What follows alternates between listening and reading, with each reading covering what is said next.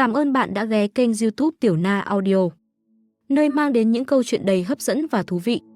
Bạn đang nghe chuyện Bạn trai là kẻ chiếm hữu bệnh kiều, tôi sẽ khiến anh khóc cả đời. Mối tình đầu chiếm hữu quá mức lại quá lụy tình.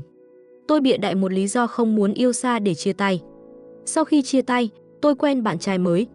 Trong vòng bạn bè, ai cũng nói tôi đang dùng anh ấy để thay thế cho mối tình đầu, như lốp dự phòng.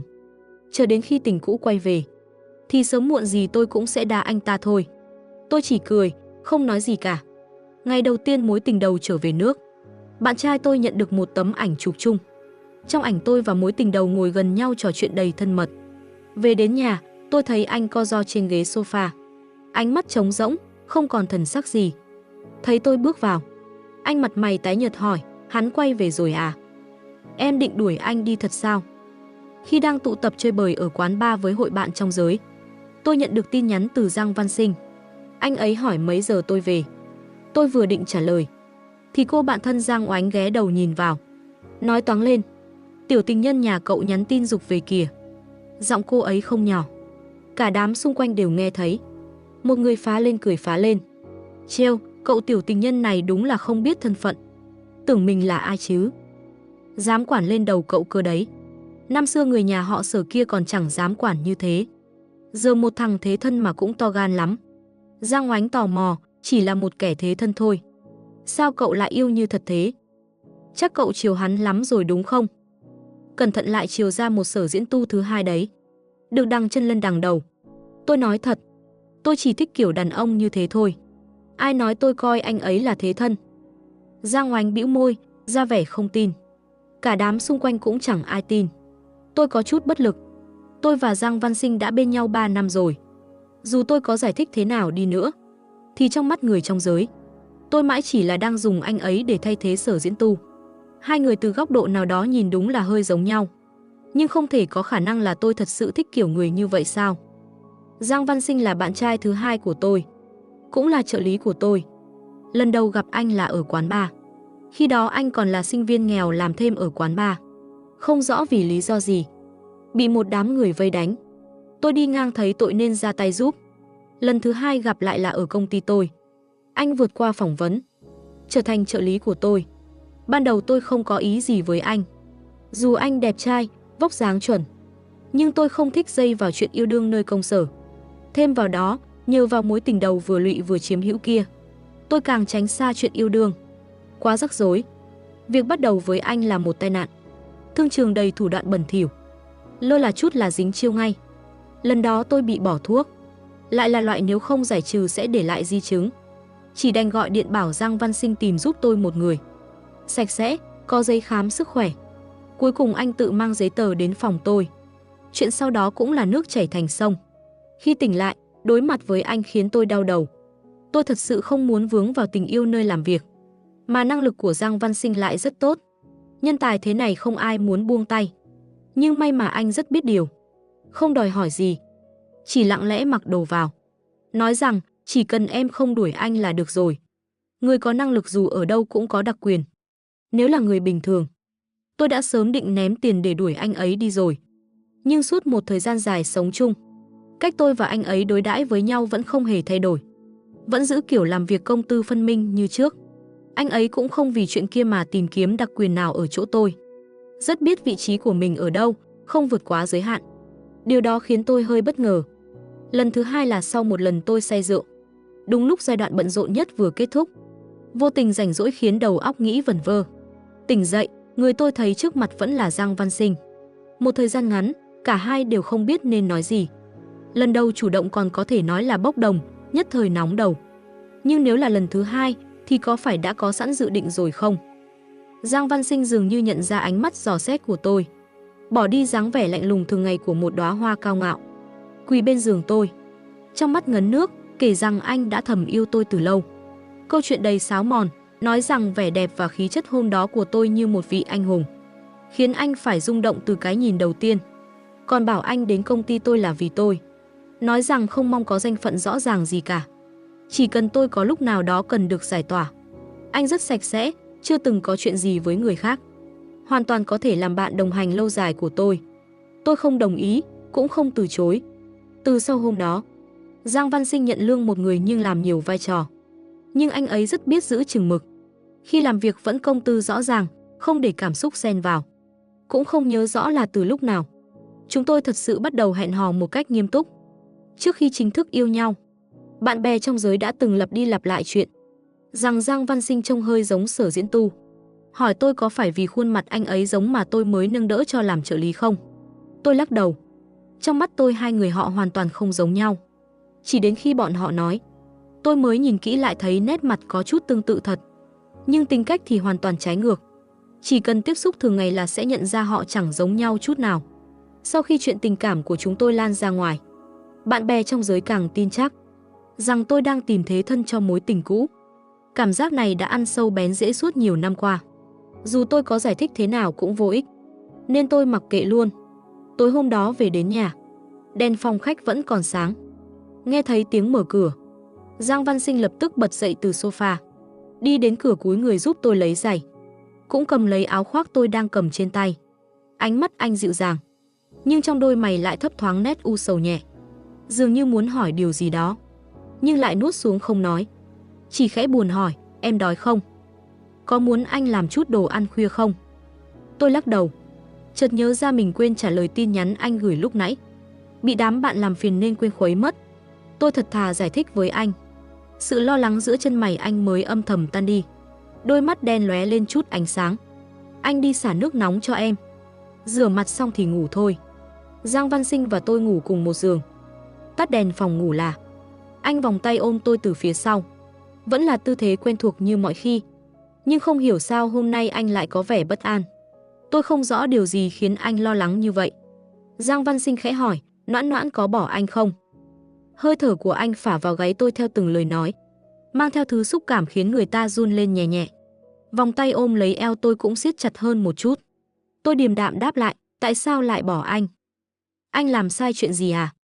Giang Văn Sinh luôn rất biết giữ chừng mực. Bình thường chăm sóc tôi rất tốt. Công việc thì năng lực xuất sắc. Trên giường cũng hòa hợp vô cùng. Chúng tôi bên nhau đã 3 năm. Dù có cãi vã, anh đều tự mình dỗ dành ổn thỏa. Tôi chẳng phải tốn sức gì. Trong chuyện yêu đương, người khiến tôi cảm thấy dễ chịu về mọi mặt như vậy, nếu không phạm lỗi gì quá nguyên tắc, thì tôi sẽ không chia tay. Giang Văn Sinh vùi mặt vào gáy tôi, hít sâu một hơi như muốn ghi nhớ mùi hương trên người tôi. Không sao, ngủ đi. Tôi tuy thấy khó hiểu, nhưng cũng không hỏi thêm. Sáng hôm sau, vô tình tôi thấy được điện thoại của Giang Văn Sinh. Cuối cùng cũng hiểu được nguyên nhân khiến anh bất an. Giang Văn Sinh từng gặp mặt vài người bạn thân của tôi. Bọn họ cũng đã kết bạn liên lạc với nhau. Điện thoại của anh ấy vốn không đặt mật khẩu. Tôi rất dễ dàng nhìn thấy những tin nhắn được gửi đến. Giang Văn Sinh, Sở Diễn Tu sắp từ nước ngoài về rồi, biết chưa? Bao giờ thì anh định chia tay với Noãn Noãn đây? Đừng mơ tưởng đến người không thuộc về mình. Cũng nên nhìn lại thân phận mình đi chứ. Anh tưởng Noãn Noãn thật lòng yêu anh sao? Cô ấy chỉ thích gương mặt của anh thôi. Nếu không phải anh giống Sở Diễn Tu, anh tưởng mình có cơ hội lên giường với cô ấy à? Người gửi tin nhắn là cá dấm với avatar và ID quen thuộc. Nếu đoán không sai, chắc chắn là bạn thân chí cốt của Sở Diễn Tu. Chí Vân cũng là bạn từ nhỏ của tôi. Trong giới bạn bè của tôi, đa phần đều là lớn lên cùng nhau. So với Giang Văn Sinh, họ dĩ nhiên thân với Sở Diễn Tu hơn.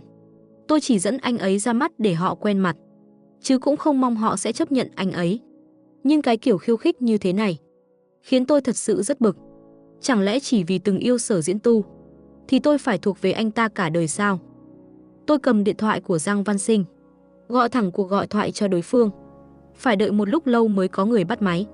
Giọng bên kia uể oải khàn khàn, xen chút khó chịu. Nghe có vẻ là tôi đã đánh thức hắn dậy. Chí Vân nổi tiếng là có tâm trạng cực tệ khi vừa ngủ dậy. Mở miệng là chửi thề. Giang Văn Sinh, anh lấy gan ở đâu mà gọi điện làm phiền tôi hả? Chỉ là một tiểu tình nhân bị cắn một cái là khóc, mà dám ảo tưởng có tư cách nói chuyện với tôi sao? Chờ Sở Diễn Tu quay về đã, rồi xem anh thế nào. Tôi ngắt lời hắn, rồi thì sao? Đối phương im bặt ngay lập tức. Tiếng đổ vỡ vang lên, sau đó là âm thanh hỗn loạn. Rồi giọng nói dè dặt của Chí Vân vang lên, Noãn Noãn. Tôi một tiếng. Tiếp tục hỏi. Tôi nói bao giờ Giang Văn Sinh là thế thân? Sao tôi không biết chuyện tình cảm của mình lại phải nghe cậu phán xét vậy? Từ khi những người bạn thân bên Sở Diễn Tu kết bạn với Giang Văn Sinh, Họ gần như cách một thời gian lại gửi tin nhắn quấy rối đến cho anh. Lời trong lời ngoài. Ai cũng nói năm xưa tôi và Sở Diễn Tu yêu nhau tha thiết thế nào, tình cảm sâu đậm ra sao, rồi lại nhấn mạnh. Tôi ở bên Giang Văn Sinh chẳng qua là đang tìm một thế thân. Còn thêm mấy lời kiểu nên biết thân biết phận. Đến lúc rồi thì cút cho gọn. Trong số đó, người nhắn nhiều nhất chính là Chỉ Vân. Từng chữ từng lời cay nghiệt. Tôi đọc mỗi một chữ, tim lại chịu nặng thêm một phần. Vậy mà Giang Văn Sinh từ đầu đến cuối không nói gì với tôi. Chỉ lặng lẽ chịu đựng. Bảo sao hôm qua tâm trạng anh lại tệ đến vậy. Cảm giác bất an như đã dâng lên đến đỉnh điểm. Chỉ Vân bên kia điện thoại khẽ cười lạnh. Hắn còn dám mách lẻo với cậu à? Tôi đáp, không. Là tôi tự phát hiện. Chỉ Vân hạ giọng xuống một chút. Dùng giọng điệu lười nhác thường ngày mà làm nũng với tôi. Noãn Noãn đang bênh vực anh ta sao? Vì anh ta mà cãi nhau với tôi à? Tình cảm chúng ta từ nhỏ lớn lên bên nhau. Chẳng lẽ lại không bằng mấy năm anh ta bên cậu sao? Cậu như vậy làm tôi buồn lắm đó. Tôi hít sâu một hơi. Nếu cậu còn nhắn mấy thứ như thế cho anh ấy nữa thì đừng trách tôi trở mặt. Với lại tôi với Sở Diễn Tu không còn quan hệ gì nữa. Nếu còn dám nói linh tinh, lần sau tôi sẽ trực tiếp tính sổ với cậu. Chuyện tôi có giải thích hay không trước đây tôi không quan tâm. Nhưng nếu còn để tôi nghe thấy mấy chuyện vớ vẩn này thêm lần nữa, tôi sẽ không bỏ qua đâu. Chỉ Vân cười cợt. Gắt thế à? Rồi lẩm bẩm với hàm ý khó hiểu. Giang Văn Sinh đúng là có phúc thật đấy. Có thể khiến cậu vì anh ta mà ra mặt như thế. Tôi chỉ nghĩ hắn đang thay Sở Diễn Tu mà thấy bất bình. Vô lý hết sức. Hồi tôi quen Sở Diễn Tu cũng có thấy bọn họ ủng hộ đâu. Cúp máy, màn hình điện thoại chuyển sang đen. Phản chiếu đôi mắt mờ mịt và âm u của tôi. Có những chuyện họ không nói, tôi cũng coi như không biết. Cửa phòng vang lên tiếng gõ. Giang Văn Sinh bưng khay đồ ăn bước vào. Thấy tôi đang cầm điện thoại anh ấy, vẻ mặt có phần ngạc nhiên. Tôi vào thẳng vấn đề. Họ nhắn nhiều như vậy, sao anh không nói với em? Giang Văn Sinh nhìn thấy màn hình còn đang sáng, hiển thị lịch sử tin nhắn. Anh đặt khay đồ xuống bàn, mím môi, cúi đầu nói. Vì họ là bạn của em. Tôi gật đầu. Nhưng cũng không có nghĩa là anh phải chịu ấm ức như vậy. Vừa nói, tôi vừa cầm điện thoại giúp anh xóa hết mấy người đó. Em xóa rồi, sau này sẽ nói rõ với họ. Lần sau gặp chuyện thế này, phải nói với em ngay. Anh là bạn trai em sẽ không để anh bị bắt nạt đâu. Trước đây tôi cũng đã giải thích rõ với Giang Văn Sinh. Tôi chưa từng xem anh là thế thân của ai cả. Sở Diễn Tu không có tư cách lớn đến mức ấy.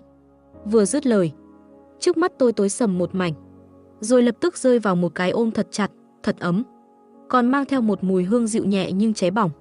Giang Văn Sinh siết chặt tôi vào lòng, như muốn hòa tôi vào tận xương tủy của anh. Tôi khẽ khàng muốn đẩy anh ra, nhưng cơ thể anh đang run lên, dường như là những ấm ức đã kìm nén từ rất lâu. Thế là bàn tay đang định đẩy ra, lại chuyển sang vỗ nhẹ lên lưng anh. Giang Văn Sinh nghẹn ngào nói, anh thật sự rất thích em. Ban đầu anh đúng là một cậu trai ngây thơ thuần khiết, nhưng không biết từ lúc nào, mọi thứ bỗng thay đổi một cách kỳ lạ. Dường như là vì nụ hôn ấm nóng của Giang Văn Sinh rơi lên cổ tôi, khiến toàn thân tôi khẽ run lên. Khi tình cảm dâng trào, người ta thật khó giữ được lý trí. Vài tuần sau đó, Giang Oánh đột nhiên gửi tin nhắn cho tôi. Sở Diễn Tu ngày mai sẽ về nước rồi. Cậu có đi sân bay đón không? Tôi trả lời một chữ, không đi. Giang Oánh nhắn lại một biểu tượng ok. Có lẽ là ai đó nhờ cô ấy dò hỏi tôi xem thái độ thế nào. Tiếp theo cô ấy lại hỏi, tối cậu có đi dự tiệc không? Là tiệc chào mừng Sở Diễn Tu về nước. Giang Oánh nói, không đi đón thì cũng không sao, nhưng dự tiệc thì chắc không vấn đề gì nhỉ. Chẳng lẽ thật sự định cắt đứt luôn mọi liên hệ với người ta à? Nhà họ Sở mấy năm gần đây phát triển khá tốt ở nước ngoài. Sau này hai bên biết đâu còn hợp tác làm ăn nữa. Lúc trước thì tụi mình còn nhỏ, ai mà chẳng có phần cố chấp. Giờ nhiều năm trôi qua rồi, ở bên kia anh ấy cũng sống yên ổn. Biết đâu sớm đã chẳng để tâm nữa. Nếu cậu vẫn giữ mãi trong lòng, đến lúc đó không phải là tự làm trò cười cho anh ta sao? Chẳng lẽ cậu thật sự định vì một thế thân bé nhỏ mà sống thủ tiết cả đời à? Tôi trả lời, đi. Giang Oánh không khuyên tôi cũng sẽ đi. Tôi nghĩ giống cô ấy, không thể khẳng định chắc chắn điều gì cả. Dù gì cũng là đối tác trong thương trường, không cần phải làm cho quá khó xử. Không đi đón chỉ đơn giản là tôi không muốn. Vào giờ nghỉ trưa, lúc lướt bảng tin bạn bè, tôi thấy rất nhiều người trong giới đang chúc mừng Sở Diễn Tu về nước. Đáng nói là chính anh ta cũng hiếm hoi đăng một bài. Nơi này, Sở Diễn Tu đã trở về, kèm theo một tấm ảnh bầu trời. Chị Vân bình luận một câu đầy ẩn ý. Biết quay đầu rồi à, ngoan ghê. Sở Diễn Tu chỉ trả lời và một icon cười chết chóc. Cảm giác như trước cơn bão lớn sắp đổ bộ. Tôi bỗng nhớ lại chuyện năm xưa khi chia tay anh ta. Hôm đó trời mưa như chút. Anh ta phát điên, phóng xe như bay đến dưới nhà tôi. Mở cửa xe, vừa khóc vừa nói. Đừng chia tay mà. Anh sẽ không xâm phạm quyền riêng tư của em nữa. Cũng không can thiệp vào cuộc sống cá nhân của em nữa. Cụ thể hôm đó xảy ra chuyện gì tôi đã quên. Chỉ nhớ mơ hồ rằng anh ta lại lục điện thoại của tôi. Và rồi hai người lại cãi nhau một trận nảy lửa. Lúc còn ở bên Sở Diễn Tu, chỉ cần quanh tôi có một con muỗi đực bay qua, anh ta cũng phải để tâm cho bằng được.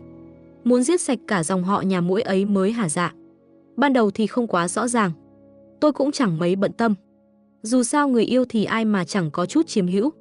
Hơn nữa, lúc chưa yêu anh ta đã vậy rồi. Nhưng càng về sau, cảm giác chiếm hữu đó ngày càng nghiêm trọng. Đến mức tôi chỉ hợp tác làm ăn với bạn anh ta. Anh cũng nổi giận, mà còn không hề cảm thấy mình có vấn đề gì. Không thấy việc đó có gì sai. Cứ như chó điên cắn loạn khắp nơi. Yêu anh ta thật sự khiến người ta kiệt sức. Nhưng nói chia tay ngay thì tôi lại có chút không nỡ. Sở Diễn Tu thật sự rất đẹp trai. Thân hình cũng hoàn hảo. Hơn nữa còn rất biết chơi. Bất kể là trên giường hay ngoài giường, anh ta đều khiến tôi cực kỳ thỏa mãn.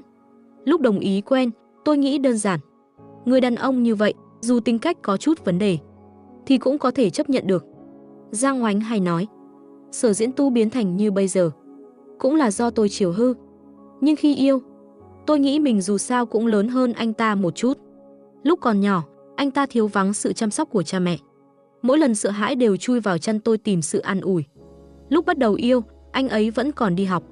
Một thiếu niên như thế, được yêu thương thêm một chút cũng chẳng sao. Nhưng khi yêu nhau lâu rồi, những khuyết điểm ban đầu nghĩ rằng có thể bao dung, dần ra lại không thể nhịn nổi nữa. Thế là tôi đề nghị chia tay. Khi anh ta ôm lấy tay tôi khóc lóc nức nở, tôi từng chút gỡ tay anh ra. Nhìn dòng nước mắt chảy dài trên mặt anh, tôi lại nghĩ, với tính cách này, Sở Diễn Tu chắc phải nhốt lại mới yên. Thả ra là muốn cắn chết hết đàn ông ngoài kia. Tôi có chút tò mò. Không biết mấy năm ở nước ngoài, anh ta đã trở thành người như thế nào. Đến ngày buổi tiệc, tôi đến đúng giờ, bước vào phòng bao. Bên trong đã có khá nhiều người. Toàn là bạn bè quen mặt. Tôi ngồi cạnh Giang Oánh, cô ấy đưa cho tôi một ly rượu. Tôi cầm trong tay, định đưa lên miệng. Chợt nghĩ đến gì đó, liền đặt xuống. Bảo nhân viên rót cho mình ly nước trái cây. Giang Oánh nghi hoặc, hôm nay sao không uống rượu vậy? Sau đó như sực nhớ ra điều gì, biểu cảm trở nên do dự. Đừng nói là vì cậu tiểu tình nhân nhà cậu đấy nhé. Anh ta không cho cậu uống à? Tôi bất lực. Đọc ít tiểu thuyết ngôn tình thôi. Sáng mai có cuộc họp quan trọng. Uống say rồi, sáng dậy đau đầu, đơ cả người. Giang Oánh là người đầu tiên mở miệng nói tôi tìm thế thân. Cô ấy mê tiểu thuyết, đặc biệt là mấy bộ ngôn tình ấy. Thấy gương mặt của Giang Văn Sinh, lập tức tưởng tượng ra cả một câu chuyện drama tình yêu đầy đau khổ. Cô ấy còn nói tình huống của tôi, chắc không sớm thì muộn cũng đuổi theo xe tang mà khóc. Chỗ bên cạnh bỗng nhiên có người ngồi xuống. Chị Vân với mái tóc đỏ rực nổi bật cả căn phòng. Anh ta cầm ly rượu, ngồi sát vào chân tôi, nghiêng người nói nhỏ bên tai. Có tò mò Yến ca ở nước ngoài mấy năm có thay đổi gì không? Tôi xoa tai, đẩy anh ta ra. Bình tĩnh nói, ngồi sang bên kia một chút. Chị Vân tỏ ra ấm ức. Noãn Noãn, cậu thật tuyệt tình. Người ta vừa quay về là định đá bay tiểu tình nhân rồi à? Giang Oánh lập tức kêu lên. Chị Vân, câu này có bản lĩnh thì đến trước mặt Yến ca mà nói. Xem anh ta có ném cậu ra ngoài cửa sổ không? Sau đó cô ấy quay sang tôi than vãn. Chị Vân đúng là phiền phức. Cái tật dính sát vào người ta nói chuyện không thể sửa nổi hả? Tôi uống một ngụm nước trái cây, không trả lời. Chị Vân kéo nhẹ tay áo tôi. Anh ta nghiêng người đến gần. Tôi ngửi thấy mùi nước hoa nhẹ nhẹ trên người anh. Ánh mắt tôi khựng lại vài giây ở chiếc khuyên tai bên tai phải. Đến khi mọi người đã đến đông đủ, Sở Diễn Tu vẫn chưa xuất hiện. Tôi nhìn đồng hồ, vẫn còn 5 phút mới đến giờ hẹn. Chỉ còn 3 phút cuối cùng, Sở Diễn Tu mới chậm rãi bước vào. Cánh cửa được đẩy ra từ từ. Thứ đầu tiên lọt vào mắt là một đôi chân dài thẳng tắp, bọc trong quần tây vừa vặn. Người vừa đến sở hữu gương mặt sắc nét, Lông mày sâu, ánh mắt sắc sảo. Con ngươi nâng lên nhìn từ trên cao. Cảm giác như một vị vương giả bước vào. Mấy năm không gặp, Sở Diễn Tu giờ đây càng thêm hào nhoáng, sang chảnh hơn trước. Hồi đó, trên người anh vẫn còn phảng phất chút ngông cuồng bướng bỉnh của tuổi trẻ. Còn bây giờ, khí chất lại toát lên vẻ chín chắn, điềm đạm. Chỉ nhìn bề ngoài thôi, thật khó mà tưởng tượng nổi người như vậy. Đã từng quỳ xuống cầu xin tha thứ, hèn mọn níu kéo. Ánh mắt anh đảo qua cả căn phòng, không dừng lại quá lâu trên người tôi. Tựa như đã thực sự buông bỏ được một nửa. Ôi chà, Yến ca lần này còn ra sân khấu cuối cùng kìa. Mặc đồ như công công trống, định xòe đuôi với ai vậy? Trì Vân cười đến mức gập cả lưng lại, không chút khách khí vạch trần anh ta. Sở Diễn Tu cũng không tức giận. Ánh mắt rơi lên người Trì Vân, sải bước đi tới, thuận thế ngồi xuống cạnh anh ta. Không cần để ý đến tôi đâu, cứ thoải mái chơi như trước. Giang Oánh huých khuỷu tay vào tôi, ghé sát tai thì thầm. Cậu nhìn tóc anh ta đi, nhìn cái khuyên tai ấy, rồi nhìn cả cái châm ngực và đồng hồ nữa. Đều là được tính toán kỹ càng cả đấy. Còn bảo tụi mình đây là tụ họp bạn bè, bảo ăn mặc thoải mái một chút. Kết quả là bản thân thì ăn mặc như sắp bước lên thảm đỏ. Cậu nhìn bọn mình đi, đứa nào cũng thiếu ngủ, mặt mũi bơ phờ. Còn anh ta thì rạng rỡ sáng bừng. Tương phản rõ ràng quá luôn. Đúng là vẫn thâm sâu, thủ đoạn như xưa. Tôi giả vờ không nghe rõ, vừa uống nước trái cây vừa quay đi. Nhưng cuối cùng vẫn không nhịn được mà liếc sang anh ta. Đúng thật, trên dái tai vẫn đeo một chiếc khuyên. Cảm giác hơi lệch tông với dáng vẻ trưởng thành điềm đạm hiện tại. Tôi chợt nhớ lại chuyện nhiều năm trước. Hồi đó, tôi từng vô tình khen một tiểu minh tinh trong bữa tiệc. Nói rằng cậu ấy có một nốt ruồi đỏ trên dái tai. Trông giống như khuyên tai ấy, vừa đỏ mọng lại rất quyến rũ, làm nổi bật vẻ đẹp của cậu ta. Chỉ là một câu nói vu vơ thôi, vậy mà bị giới truyền thông chộp được, đưa lên hot search. Thậm chí còn dấy lên tin đồn hôn gió, ám muội. Sở Diễn Tu biết chuyện thì nổi trận lôi đình, giận đến mức bắt tôi đóng băng cậu minh tinh ấy. Tôi đương nhiên không cho phép anh ta làm càn. Người đó là nghệ sĩ công ty tôi ký hợp đồng, tiềm năng sáng chói. Hiện tại cũng như tôi đoán, đã tạo dựng được chỗ đứng trong giới giải trí, kiếm về cho tôi không ít tiền. Sở Diễn Tu tuy bất mãn, nhưng cũng không dám động đến người đó, sợ chọc giận tôi. Thế là anh ta đi bấm lỗ tai. Buổi tối khi đóng cửa ở một mình với tôi, anh ta kéo tay tôi để tôi sờ lên dái tai mình, hỏi tôi, khuyên tai này có hợp với vẻ ngoài của anh không? Tôi nheo mắt nhìn anh. Khi đó, anh đang trong cơn hăng hái, mồ hôi nhễ nhại, tóc mái ướt sũng, nhỏ giọt xuống người tôi. Ngũ quan anh sắc nét, tràn đầy khí thế xâm lược. Chiếc khuyên tai đỏ ấy lấp lánh trong bóng tối, lắc lư theo từng nhịp chuyển động của anh, như vì sao duy nhất lấp lánh trong đêm đen sâu thẳm. Rất hợp với anh, rất đẹp. Khi tình cảm dâng trào, tôi không kìm được, kéo mạnh tai anh. Lỗ tai mới bấm chưa lành lại rỉ máu. Anh cười nói, đây là dấu vết tình yêu em để lại trên người anh. Đời này không tháo, thì mãi là của em. Bên hông tôi bất ngờ bị ai đó đụng mạnh. Tôi giật mình, rút khỏi dòng suy nghĩ mông lung mà nhìn sang bên cạnh. Trì Vân không hiểu sao sắc mặt hơi vặn vẹo. Còn chưa kịp nói gì, Sở Diễn Tu đã lên tiếng trước. Cậu không sao chứ? Bị đau bụng à? Hay là đi vệ sinh trước đi? DM. Trì Vân lại kêu lên một tiếng, vừa ôm hông, vừa nheo mắt nhìn Sở Diễn Tu đầy oán thán. Anh chơi ác với anh em thật đấy. Sở Diễn Tu thu tay lại, dừng việc cấu vào eo anh ta. Trì Vân bất đắc dĩ đứng dậy, ánh mắt tối sầm lại, giả vờ ra dáng đi vệ sinh. Sở Diễn Tu liền nhân cơ hội ngồi xuống bên trái tôi. Nhưng anh không mở miệng ngay, tựa như đang cân nhắc thời điểm thích hợp để bắt chuyện. Tôi dứt khoát lên tiếng trước. Bên nước ngoài sống tốt chứ? Ngồi yên cũng ngại ngùng, nên tôi chủ động phá băng. Sở Diễn Tu vẫn giữ nét mặt điềm đạm, như thể đã thật sự gác lại quá khứ. Nếu như không để ý đến ngón tay đang run nhẹ nhẹ khi cầm ly rượu của anh ta. Cũng tốt, học được nhiều điều, cũng trưởng thành hơn rồi. Chuyện khi xưa, thật sự xin lỗi. Hồi đó còn trẻ người non dạ, giờ nghĩ lại cũng thấy ngốc nghếch thật. Là thật lòng hối lỗi hay chỉ là lời xã giao, thật ra nhìn là biết. Ít nhất thì người đàn ông trước mắt tôi đây, rõ ràng đang cố diễn trò. 5 năm trôi qua mà vẫn không thay đổi là bao. Tôi chỉ nhẹ nhàng một tiếng, rồi nói thêm, không ngốc, cũng tốt mà. Chỉ một câu cũng tốt mà, gần như khiến lớp mặt nạ của Sở Diễn Tu sụp đổ ngay lập tức. Anh nghẹn họng, không thốt nên lời. Đôi mắt khẽ mở to ra, nhưng nhận ra bản thân thất thố, anh lập tức đưa tay che mặt lại. Sau vài giây hân hoan, anh lại nhớ đến thế thân đang sống trong nhà tôi, Giang Văn Sinh. Ánh mắt Sở Diễn Tu chợt tối sầm. Anh rất muốn xông vào nhà tôi, xé nát tên đàn ông kia thành từng mảnh. Nhưng anh biết bản thân tuyệt đối không thể để lộ chút sơ hở nào. Nếu không, tôi sẽ lại một lần nữa ghét bỏ anh. 5 năm nỗ lực tự xây dựng lại bản thân, chỉ để được đứng trước mặt tôi lần nữa. Tất cả sẽ đổ sông đổ bể nếu lỡ để lộ sự khác thường. Chẳng qua chỉ là một thế thân, một tên tiểu bạch kiểm không danh không phận, chẳng có bối cảnh gia đình gì. Chiếm lấy tôi được 5 năm thì sao chứ? Cuối cùng, người tôi kết hôn chắc chắn sẽ không chọn loại người như hắn ta. Tự nhủ mình phải kiềm chế lại. Sở Diễn Tu mới tiếp tục chỉnh đốn lại cảm xúc rồi lên tiếng. Là sự chưa trưởng thành của anh khiến em tổn thương. Anh xin lỗi vì bản thân của ngày xưa. Sau này, vẫn có thể làm bạn chứ? Tôi khẽ gật đầu, nâng ly nước trái cây lên cụng nhẹ với anh. Nhìn anh lúc ấy, tựa như một con sói khoác lốt cừu, cố lừa gạt người chăn cừu đang không chút đề phòng. Mà chính con sói ấy cũng không biết, ngay khi mở miệng đã tự để lộ đuôi. Sở Diễn Tu hoàn toàn không hay rằng lớp vỏ bọc tinh vi của anh ta, trong mắt tôi, chẳng khác nào một tờ giấy mỏng.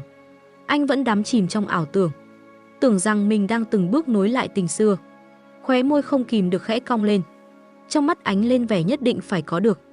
Tôi nhìn anh, chợt nghĩ đến viên bánh trôi nhân mè đen đang ở nhà mình. Không biết ai trong hai người mới là kẻ giấu kỹ hơn. Nếu là tôi của 5 năm trước, chắc chắn sẽ chỉ muốn cả hai cùng cút. Khi đó sự nghiệp mới bắt đầu, bận đến mức sứt đầu mẻ chán.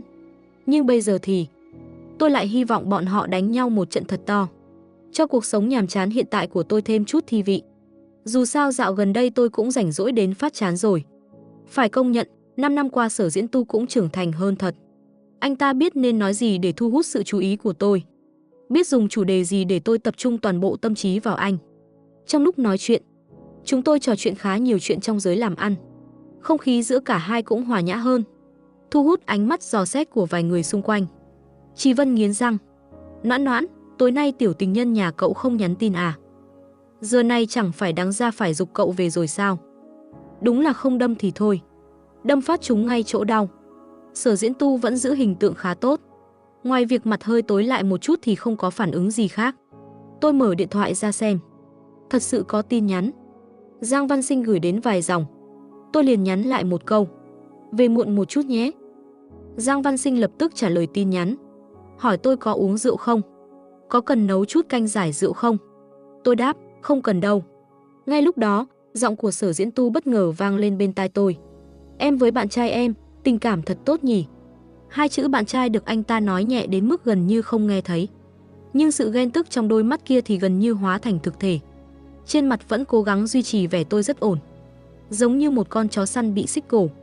Chỉ cần người chủ nới lỏng tay, chiếc xích kia biến mất, là nó sẽ lao ra mà xé xác tất cả những con chó khác. Chị Vân từng nói một câu, Sở Diễn Tu chẳng khác nào đang nuôi một con chó săn thuần chủng. Anh ta còn thì thầm bên tai tôi. Lần đi nước ngoài này của Sở Diễn Tu như bị thuần phục hoàn toàn rồi, không còn chút dã tính nào, ngoan ngoãn như chó ra giường. Tôi nghĩ chẳng qua là chưa bị kích thích đủ thôi. Tính hung hăng của anh ta chưa hề bị mài mòn đâu. Tối về đến nhà, vừa mở cửa, tôi liền cảm thấy có gì đó là lạ. Bình thường trong phòng khách luôn bật đèn sáng, nhưng hôm nay lại tối om. Nếu không phải ánh sáng từ TV phản chiếu lên, tôi suýt đã tưởng Giang Văn Sinh không có ở nhà. Tôi bật đèn lên, còn chưa kịp mở miệng, người đang ngồi trên ghế sofa dường như mới phát hiện tôi về. Giang Văn Sinh quay đầu lại nhìn tôi. Gương mặt anh tái nhợt, ánh mắt mất thần, mi hàng còn hơi ươn ướt, dường như vừa khóc xong một trận. Tôi thử hỏi, có chuyện gì xảy ra sao? Trong lòng tôi đã có chút đoán được, nếu Giang Văn Sinh nói không có gì, tôi sẽ giả vờ không biết. Nhưng tôi biết anh không phải kiểu người nhẫn nhịn im lặng. Gương mặt Giang Văn Sinh hiện rõ sự giằng xé, trong ánh mắt thoáng qua một tia bị tổn thương. Bàn tay cầm điện thoại siết chặt như đang dồn toàn bộ sức lực, chỉ để giữ chặt cảm xúc trong lòng không vỡ òa. Tôi cất áo khoác, nhẹ nhàng ngồi xuống cạnh anh, nhìn anh trổ hết tài nghệ diễn xuất bùng nổ. Trong lòng không nhịn được nảy sinh một tia buồn cười, nhưng vẫn cố nhịn không để khóe miệng nhếch lên.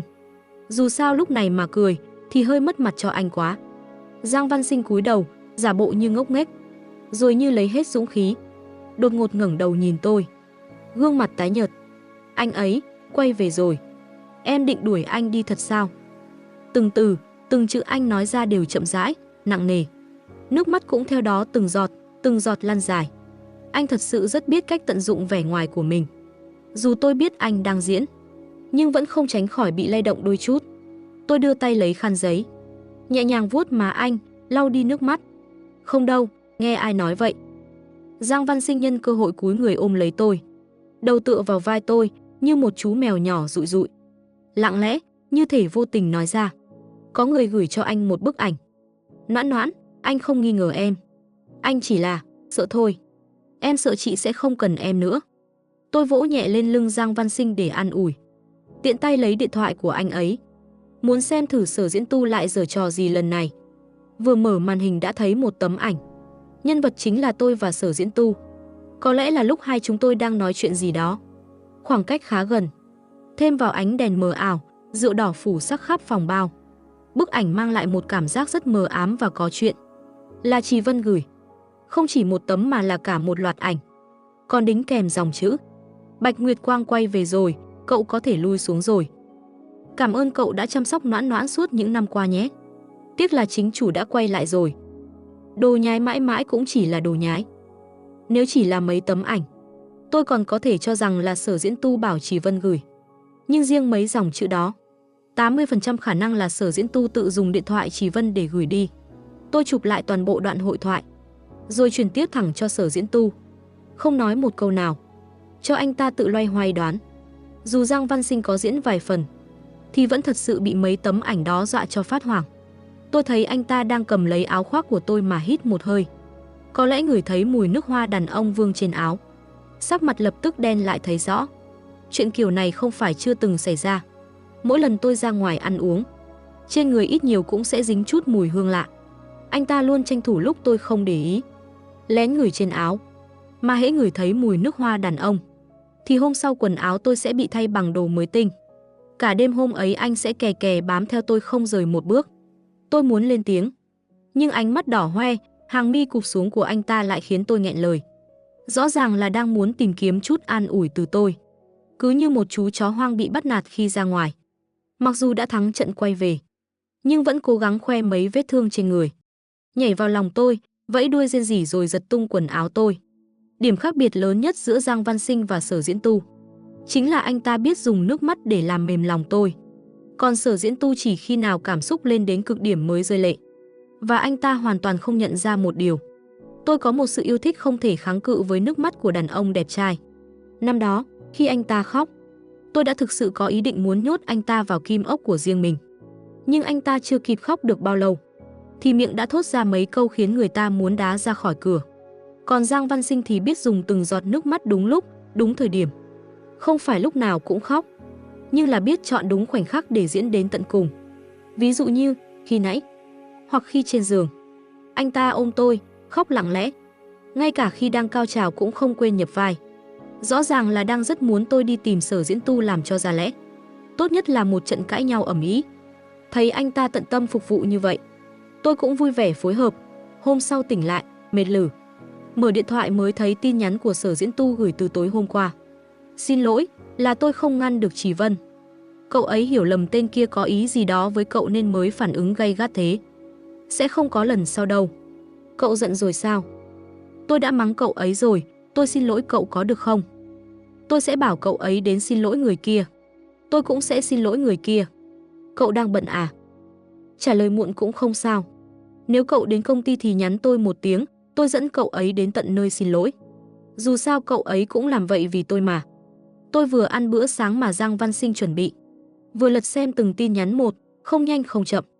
Rõ ràng nhìn ra được, Sở Diễn Tu đang rất để tâm đến chuyện này. Từ đầu đến cuối, không muốn thừa nhận rằng Giang Văn Sinh là bạn trai tôi. Luôn cố tình làm mờ đi thân phận của anh ấy. Muốn đơn phương giáng cấp anh ấy thành tiểu tình nhân. Còn mang theo cả Trì Vân đến tận nơi xin lỗi.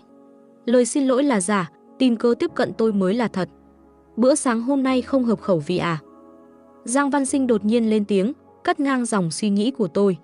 Như thể thật sự đang bận tâm chuyện bữa sáng mình nấu không vừa miệng tôi. Nhưng thực chất, chỉ là không muốn tôi phân tâm, dồn sự chú ý vào người khác. Đặc biệt là khi đang có thời gian riêng tư với anh ấy.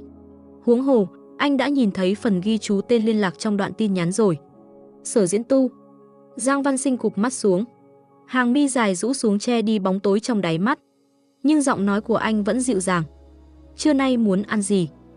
Em nấu rồi mang qua cho chị. Tôi suy nghĩ một lúc, rồi gọi tên mấy món mình thích. Công bằng mà nói, tay nghề nấu nướng của Giang Văn Sinh thật sự ngon hơn đồ ăn ở căng tin công ty rất nhiều. Hơn nữa lại rất hợp khẩu vị tôi. Phòng nghỉ trong văn phòng có nhà bếp, cũng chính là được chuẩn bị riêng cho anh ấy dùng. Tôi liếc nhìn anh, thấy anh thỉnh thoảng lại lén nhìn màn hình điện thoại tôi, liền dứt khoát đưa luôn điện thoại cho anh. Dù sao cũng liên quan đến anh mà. Tôi nói, Sở Diễn Tu định dẫn Chỉ Vân tới xin lỗi anh. Không có nói gì khác. Giang Văn Sinh mím môi. Tầng âm u trong đáy mắt vơi đi một phần. Gương mặt lạnh lùng hiện lên nụ cười dịu dàng. Em tin chị. Cửa văn phòng bị gõ nhẹ. Giọng nói hơi ngập ngừng của thư ký vang lên từ bên ngoài. Tổng giám đốc Tần, tổng giám đốc Sở đến rồi ạ. Tôi đáp một tiếng, vào đi. Cánh cửa mở ra. Sở Diễn Tu bước vào với vẻ ngoài bảnh bao gọn gàng. Ánh mắt lập tức quét một vòng khắp phòng. Tựa như một con chó hoang quay về nơi nó từng đánh dấu lãnh thổ. Muốn xem thử nơi này vì vắng mặt mình đã thay đổi bao nhiêu, đã bị thêm vào những thứ gì. Thư ký thì hơi bối rối. Cậu ấy biết rõ Sở Diễn Tu là ai, cũng biết cả những yêu hận tình thù giữa tôi và anh ta. Thậm chí hồi trước khi Sở Diễn Tu từng tới công ty gây chuyện, cậu ấy cũng phải ra mặt giải quyết đôi lần. Huống hồ chuyện giữa tôi và Giang Văn Sinh cũng chưa từng giấu giếm gì. Cả công ty đều biết tôi đang hẹn hò với trợ lý của mình. Sở Diễn Tu mang theo một hộp giữ nhiệt, còn có cả một hộp quà gói kỹ lưỡng. Anh đặt nó lên bàn làm việc của tôi. Quà xin lỗi từ Chỉ Vân, chị nhận đi. Tôi liếc nhìn chiếc hộp quà tinh xảo, hừ nhẹ. Không phải cậu ta mới là người nên xin lỗi tôi sao? Biểu cảm của Sở Diễn Tu hơi thay đổi. Sau đó nói cứng. Thì cũng đã mạo phạm chị rồi mà. Với lại đâu biết người ấy của chị thích gì. Sợ mua sai, không tiện quá. Tôi dừng việc đang làm, liếc xuống hộp giữ nhiệt trên tay anh. Cái này là mang cho tôi. Sở Diễn Tu đỏ ửng vành tai, giả vờ thoải mái nói. Biết giờ này chị chắc chưa ăn. Lỡ mà bận quá lại quên ăn trưa thì khổ. Vừa hay đi ngang qua quán chị thích hồi xưa, nên tiện tay mua mấy món chị hay ăn. Tiện tay? Sao lại mang theo hẳn hộp giữ nhiệt chuyên dụng như vậy? Tôi không vạch trần lời nói dối ngớ ngẩn ấy, chỉ lặng lẽ nhìn anh mở hộp đồ ăn. Chợt nhớ, Giang Văn Sinh hình như cũng đang ở trong phòng nghỉ nấu cơm cho tôi. Hai người chắc chắn đụng nhau rồi. Và đúng như tôi dự đoán, Sở Diễn Tu vừa bày xong đồ ăn lên bàn, cửa văn phòng lại vang lên tiếng gõ. Loáng thoáng còn nghe thấy thư ký Hứa đang trao đổi gì đó ngoài hành lang. Giang Văn Sinh vừa mới gõ cửa, đã thấy thư ký Hứa quay đầu lại nhìn với ánh mắt kỳ lạ, trong mắt còn ẩn chứa chút thương hại. Trợ lý Giang, trong đó có khách. Giang Văn Sinh gần như ngay lập tức đoán ra được là ai đang ở bên trong. Chỉ khi nhắc đến người đó, những người trong công ty mới nhìn anh bằng ánh mắt đầy ái ngại như vậy. Tay đang xách hộp cơm của anh siết chặt lại, gân tay trên mu bàn tay nhô cả lên. Nhưng trên mặt anh vẫn không biểu lộ chút cảm xúc nào. Không sao cả. Nghe thấy tiếng nói quen thuộc từ bên trong, Giang Văn Sinh hít sâu một hơi, điều chỉnh lại cảm xúc, rồi đẩy cửa bước vào. Lần đầu tiên hai người họ chính thức chạm mặt. Tôi chống cằm, lặng lẽ quan sát nét mặt của từng người. Giang Văn Sinh vẫn giữ nguyên biểu cảm lãnh đạm thường ngày. Anh vốn luôn duy trì được sự bình tĩnh, điềm tĩnh đến lạnh lùng. Nếu không thì tôi cũng chẳng ngạc nhiên đến thế khi năm đó anh bất ngờ trèo lên giường tôi. Còn Sở Diễn Tu thì rõ ràng kém tu luyện hơn nhiều. Dù đang cố kiềm chế, nhưng đuôi mắt căng thẳng, tay siết chặt. Ánh mắt vô tình lộ ra sát khí cùng cơn giận đang dâng trào. Anh ta càng lúc càng để lộ bản chất. Giang Văn Sinh liếc mắt nhìn bàn ăn đã bày sẵn đồ. Sắc, hương, vị đầy đủ. Anh mím môi, ánh mắt thoáng chút thất vọng. Còn Sở Diễn Tu thì lập tức chú ý đến hộp cơm trong tay anh. Trong lòng bất giác nảy lên cảm giác đắc ý, thầm mừng vì mình đã đến trước. Anh ta chủ động lên tiếng. Noãn Noãn, vị này là ai thế? Là người em đặc biệt thuê đến để đưa cơm trưa à? Gương mặt Giang Văn Sinh tối sầm đi một chút. Thân hình cao lớn đứng nguyên tại chỗ, rõ ràng có chút lúng túng. Tôi lắc đầu, điềm nhiên nói. Bạn trai tôi Giang Văn Sinh. Dù Sở Diễn Tu sớm đoán được đây là lời giới thiệu, nhưng khi nghe ba chữ bạn trai tôi, gương mặt anh ta vẫn méo mó một chút. Anh nghiến răng, tốt lắm. Sau đó lại bổ sung. Cậu cũng mang cơm đến à? Ngại quá. Tôi không biết đã có người mang cơm cho Noãn Noãn rồi. Trước đây em ấy bận lắm, thường xuyên quên ăn. Tôi quen rồi nên cứ đến là mang theo luôn.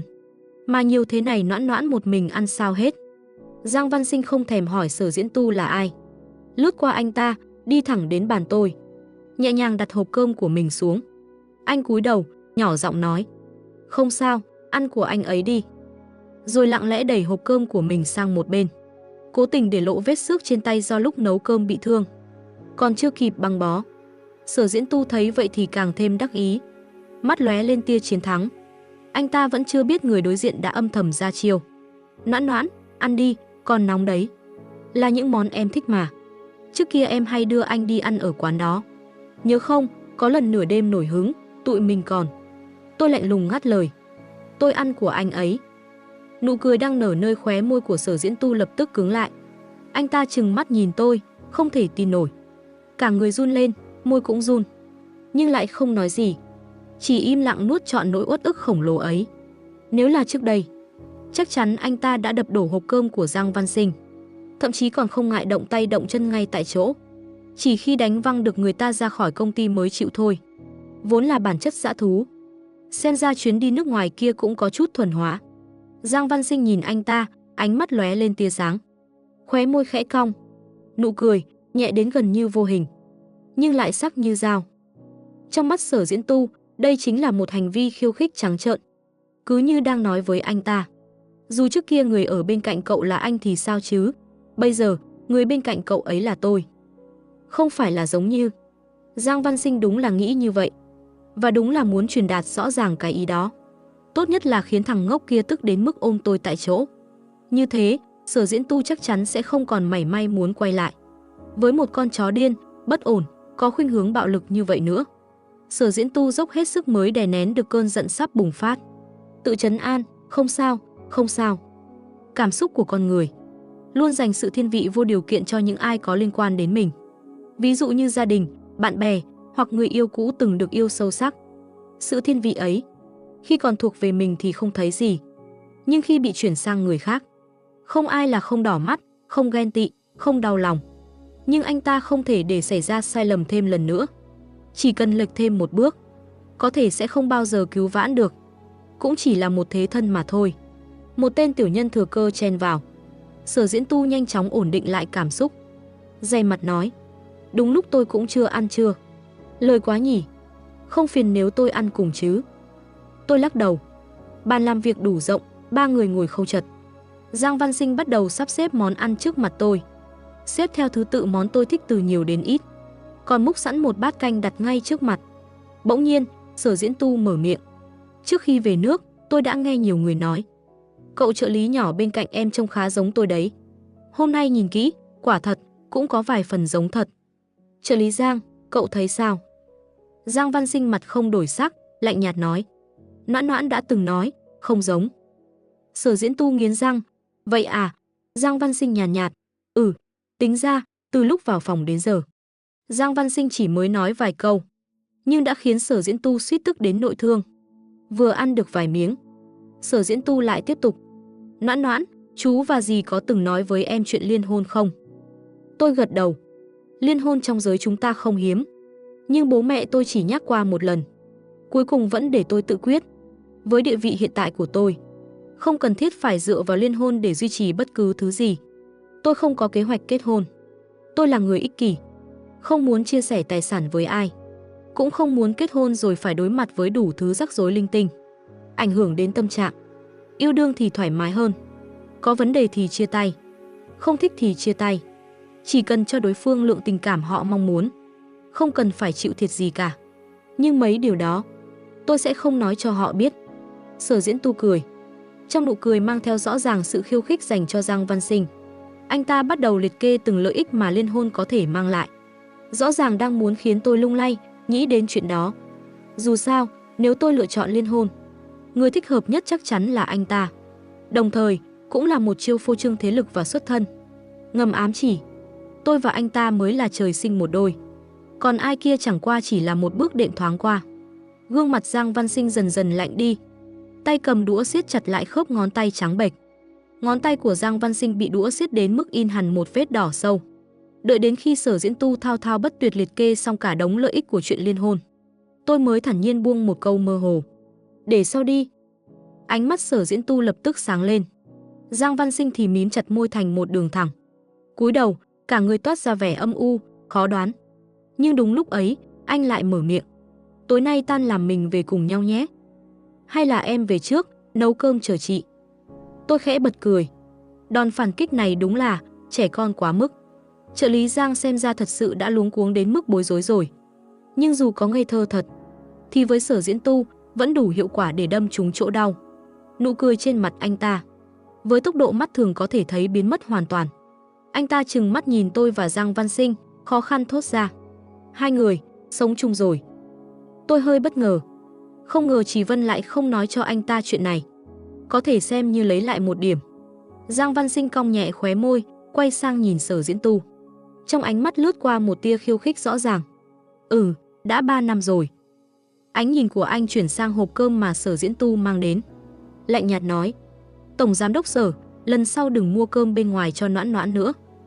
Cậu ấy dạ dày yếu, tôi đã mất 2 năm để chăm lại. Dù đồ ăn ngoài có ngon đến đâu, cũng không sạch bằng đồ tôi tự nấu. Lần sau nếu muốn thể hiện thì mang người đến thôi. Cơm của Noãn Noãn là tôi nấu cả rồi. Đỡ phải mang đến mỗi lần rồi lại mang về. Mà 2 năm rồi, khẩu vị người ta cũng thay đổi đấy. Từng chữ, từng câu, giống như dao nhọn đâm thẳng vào lòng Sở Diễn Tu. Đặc biệt là câu cuối cùng, rõ ràng mang ý nhấn mạnh đầy ngụ ý. Suýt nữa khiến anh ta mất kiểm soát mà phơi bày bản chất thật. Nhưng đúng lúc then chốt, tôi quét mắt nhìn anh một cái. Anh ta vẫn cố nuốt giận vào trong xương, cúi đầu ăn cơm, không nói lời nào. Dù vậy, tôi cũng không thấy Giang Văn Sinh kẻ thắng thế trong ván này vui vẻ gì. Có lẽ chỉ riêng sự hiện diện của Sở Diễn Tu đã khiến anh khó chịu đến nghẹt thở. Hoặc có thể là do anh ấy đã nghe lọt tai chuyện liên hôn. Quả nhiên, tối đó vừa về đến nhà, anh lập tức ôm chặt lấy tôi, tựa như muốn hòa tôi vào trong xương tủy của mình. Cứ như vậy thì anh sẽ không cần sống trong nơm nớp sợ hãi, rằng một ngày nào đó tôi sẽ lạnh lùng vứt bỏ anh. Sở Diễn Tu không cần làm gì nhiều, chỉ cần xuất hiện là đủ khiến Giang Văn Sinh loạn trận tuyến. Vì ngay từ đầu, anh ấy đã biết đến sự tồn tại của người kia, biết bản thân có nét giống với anh ta. Ngay từ đầu, anh đã ôm tâm lý thế thân mà trèo lên giường tôi.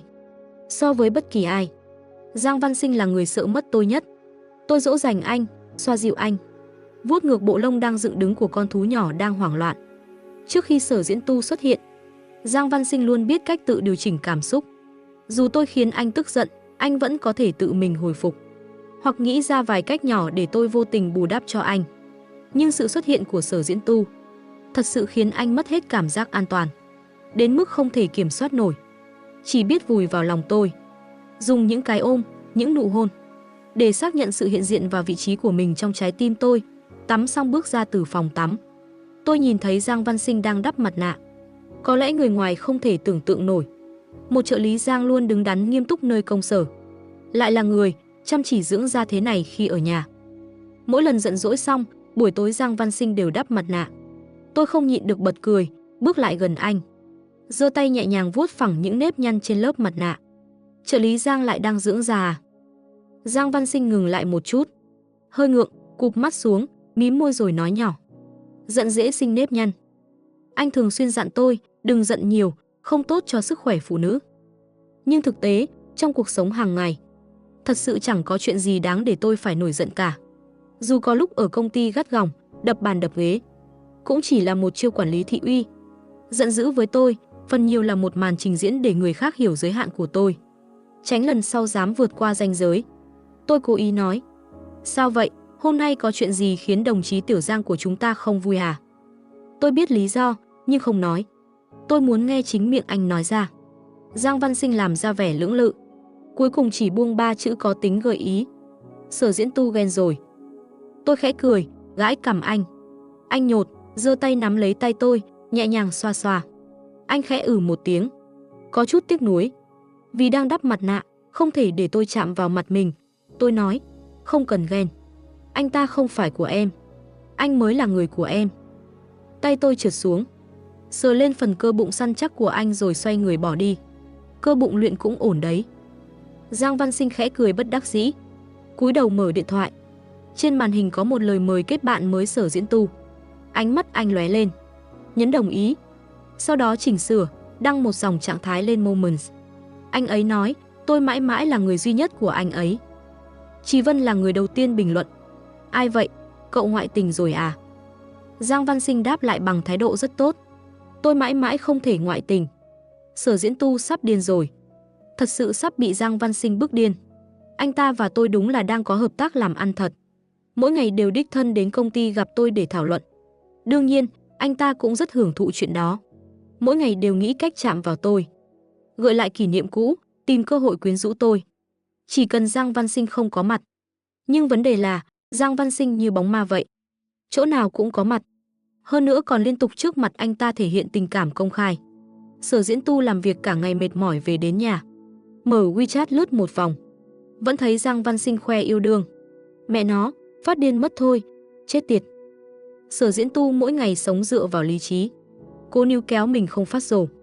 Kết quả là mỗi ngày anh ta chỉ có thể trơ mắt nhìn. Giang Văn Sinh hưởng thụ tình yêu, vị trí, cuộc sống. Mà đáng lý ra thuộc về anh ta. Sáng mở mắt ra là lấy hình nhân Giang Văn Sinh ra đâm kim. Chết đi, chết đi, chết đi, chết đi, chết đi, chết đi. Bị tôi cho bẽ mặt, bị tôi làm ngơ, bị tôi lơ là. Sở Diễn Tu tích tụ một bụng ấm ức. Không còn chỗ xả, liền chạy đến tìm Trì Vân chút giận. Ôm chai rượu, uống ào ào như nước lã. Uống say rồi bắt đầu gào rú. Tôi phải gọi điện cho Noãn Noãn, kêu cậu ấy về với tôi. Không thì tôi chết vì ngộ độc rượu cho rồi. Trì Vân liều mạng giữ anh ta lại.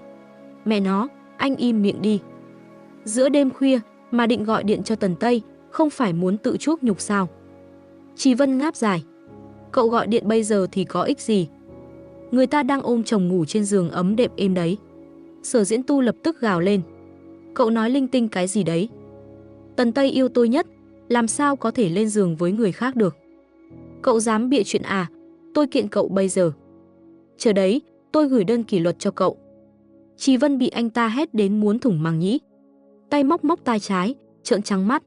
Không buồn đôi co với đồ say rượu, cậu ta xoay người chụp ngay một tấm hình xấu tệ của Sở Diễn Tu. Gửi thẳng cho tôi. Sau đó viết caption. Ôi trời ơi, tôi thật đáng thương. Còn có ai tốt như tôi nữa không? Nửa đêm bị ai đó kéo khỏi giường chỉ để nghe hắn mắng người yêu mới của người yêu cũ. Tôi không mắng nhé. Hắn tự gào lên đấy. Sở Diễn Tu đột nhiên trở nên mơ hồ. Tôi phải làm gì đây? Trì Vân cố làm ra vẻ nghiêm túc. Thật ra, tôi có một tập tư liệu cực kỳ nhạy cảm, nhưng vẫn chưa đưa cho Tần Tây xem. Cậu cũng biết, dạo trước cậu ấy rất che chở cho Giang Văn Sinh, nên tôi không dám nói gì thêm. Có lẽ cậu vẫn chưa biết đâu. Chuyện cuộc gặp gỡ tình cờ giữa cậu và Tần Tây, thật ra là Giang Văn Sinh đạo diễn cả đấy.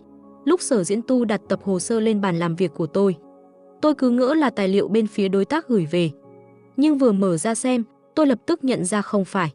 Đó là một tập tài liệu điều tra về Giang Văn Sinh. Thông tin được thu thập rất đầy đủ.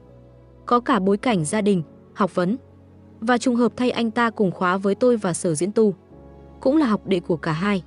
Thậm chí, cái cuộc gặp anh hùng cứu mỹ nhân mà tôi tưởng là tình cờ, cũng là do anh ta dàn dựng. Sau đó, anh ta còn cố tình làm việc ở quán bar tôi thường lui tới. Rồi chỉ khi chắc chắn tôi không còn quay lại, anh ta mới lặng lẽ nghỉ việc. Chờ thêm một khoảng thời gian. Khi vị trí trợ lý bên tôi trống, anh ta nộp hồ sơ vào tập đoàn Tần Thị. Chúng tuyển làm trợ lý cho tôi. Và rồi, sự kiện nổi tiếng người thay thế với giấy khám sức khỏe cũng bắt đầu từ đó. Tất cả dấu vết đều cho thấy Giang Văn Sinh cố ý tiếp cận tôi. Tình yêu này đầy rẫy sự tính toán. Nếu tôi thật sự không hay biết gì, có lẽ tôi đã dứt khoát chia tay không chút do dự. Nhưng tôi biết từ sớm rồi. Ngày anh ta xuất hiện bên tôi đã cho người điều tra. Một người vừa mới cứu tôi vài tháng trước lại đột ngột xuất hiện trong cuộc sống tôi. Tôi không tin đó là trùng hợp. Nhận ra việc tiếp cận tôi là có tính toán, tôi cũng chẳng để tâm làm gì. Dù sao thì anh ta dùng cũng rất thuận tay. Mà một trợ lý thì cũng chẳng thể chạm vào hệ thống lõi của phòng ngủ tôi được. Nếu anh ta thật sự có ý đồ, thì người cử anh ta đến đúng là lỗ cả vốn lẫn lời. 3 năm phục vụ tôi miễn phí, làm công việc của 3 người, lĩnh lương 1 người. Sở Diễn Tu vẫn đang quan sát biểu cảm của tôi. Hy vọng có thể nhìn ra sự sốc, giận dữ hay thất vọng. Tốt nhất là tôi lập tức gọi Giang Văn Sinh đến, rồi dứt khoát chia tay tại chỗ. Dù sao, tôi từng đối xử với anh ta như thế mà. Nhưng thời gian trôi qua, tôi lật đến tận tờ cuối cùng của tài liệu. Trên mặt tôi vẫn không có lấy một gợn sóng cảm xúc nào. Điều đó khiến Sở Diễn Tu bắt đầu hoảng. Lòng bàn tay anh ta đổ đầy mồ hôi lạnh. Bắt đầu tự hỏi, mình đã làm sai gì sao? Hay là cậu ấy đang kìm nén giận dữ, sắp sửa bùng nổ thật rồi? Hoặc cũng có thể cậu ấy căn bản không để tâm. Tôi xem xong toàn bộ tài liệu, cẩn thận xếp gọn lại, đặt lại vào ngăn tài liệu trên bàn. Tan làm về rồi, tôi sẽ hỏi anh ta. Nếu không còn chuyện gì, vậy nhé. Sở Diễn Tu trừng mắt nhìn tôi không thể tin nổi. Trong cơn căng thẳng, lại nảy sinh thêm một cơn tức giận và uất ức không tên. Tại sao cậu ấy có thể không quan tâm chút nào? Không quan tâm đến Giang Văn Sinh, hay không quan tâm đến việc anh ta tiếp cận mình vì mục đích? Chẳng lẽ cậu ấy muốn dung túng anh ta? Tại sao không dứt khoát chia tay? Không thể hiện chút thương tổn nào. Không giống như năm xưa, lạnh lùng xoay người bỏ anh ta lại phía sau. Sở Diễn Tu nghĩ vậy, cũng thốt ra luôn. Mắt đỏ hoe, anh ta gần như là gào lên. Hắn ta tiếp cận cậu có mục đích. Hắn không hề thật lòng. Tình cảm đó là dối trá, là toan tính. Cậu sao có thể chấp nhận để hắn tiếp tục ở bên cạnh mình? Nếu cậu có thể tha thứ cho hắn lừa dối cậu, vậy vì sao năm đó lại không thể tha thứ cho tính khí thất thường của tôi? Tôi nhìn vào đôi mắt ướt nước kia, đọc thấy trong đó đầy dẫy, tổn thương, ghen tuông, tức giận và không cam lòng. Tôi đưa tay lên, lau đi giọt lệ nơi khóe mắt anh. Anh ngoan ngoãn áp mặt vào lòng bàn tay tôi, như một đứa trẻ thèm được vỗ về. Tay kia siết chặt lấy tay tôi, không nỡ buông. Giọng khẽ run. Ngày trước tôi đã không đủ bao dung với cậu sao? Tôi không đáp, chỉ thẳng tay rút tay mình lại, lạnh nhạt nói. Chuyện này, tôi sẽ xử lý. Nhưng không trong giờ làm việc, không phải là hoàn toàn mặc kệ. Chỉ là không ưu tiên cảm xúc cá nhân lên công việc. Sở Diễn Tu thấy tôi nói vậy, ánh mắt khẽ lóe sáng. Có lẽ vẫn ôm chút hy vọng. Nhưng khi quay người ra cửa, đụng ngay Giang Văn Sinh. Không giống mấy ngày trước còn nhẫn nhịn đầy giận dữ. Lần này anh ta lại mang vẻ mặt thảnh thơi tự đắc. Ánh mắt mang đầy ý khiêu khích. Rõ ràng đang nói, cậu sắp bị đá rồi. Giang Văn Sinh đứng trong ánh nhìn ấy, cảm thấy tim đập lạc nhịp một nhịp. Một dự cảm chẳng lành ập đến. Về đến văn phòng, nhìn thấy túi tài liệu đặt sẵn trên bàn. Một tia ký ức chợt lóe qua đầu anh. Mặt lập tức tối sầm lại. Suốt cả ngày hôm đó, tôi vẫn cư xử như thường, không để lộ bất kỳ dấu hiệu bất thường nào. Nhưng Giang Văn Sinh thì ngồi không yên, rõ ràng đang nôn nóng lo sợ. Tối về nhà, tôi còn chưa mở lời, anh đã đặt túi tài liệu lên bàn, đứng trước mặt tôi, cúi đầu, vẻ mặt như người chờ đợi phán quyết tử hình. Tôi hỏi, không định giải thích à? Lời tôi vừa dứt, giọt nước mắt đầu tiên của anh cũng rơi xuống. Chỉ một giọt thôi. Em sợ, dù bây giờ em có giải thích gì, chị cũng sẽ không tin. Em không biết Sở Diễn Tu đã nói gì với chị, cũng không biết anh ta đã thêm thắt bao nhiêu chuyện. Em biết, em đã nói dối rất nhiều. Em sợ chị không còn tin em nữa. Tôi phải cố nhịn để không bật cười. Đến nước này mà vẫn tranh thủ bôi đen đối thủ, còn chơi đòn cảm xúc, khéo đến mức tôi cũng phải bận tâm. Tôi ngồi xuống ghế sofa, cầm lấy túi tài liệu, giọng nhàn nhạt. Những gì trong này tôi đã xem hết rồi. Anh cứ nói đi, tôi sẽ tự đánh giá. Giang Văn Sinh nghẹn ngào, giọng run rẩy, bắt đầu kể lại mọi chuyện chân thành, trần trụi và đầy tổn thương. Trường em học là trường cũ của chị. Hồi đó chị từng quay lại phát biểu với tư cách cựu sinh viên xuất sắc. Lần đầu tiên em nhìn thấy chị là lúc chị đứng trên bục sân khấu ấy. Nhưng lúc đó, chị đã có bạn trai rồi là Sở Diễn Tu. Dưới sân khấu em chỉ là một khán giả trong số hàng ngàn người. Chẳng có chút ánh sáng nào, chị chưa từng để mắt đến em.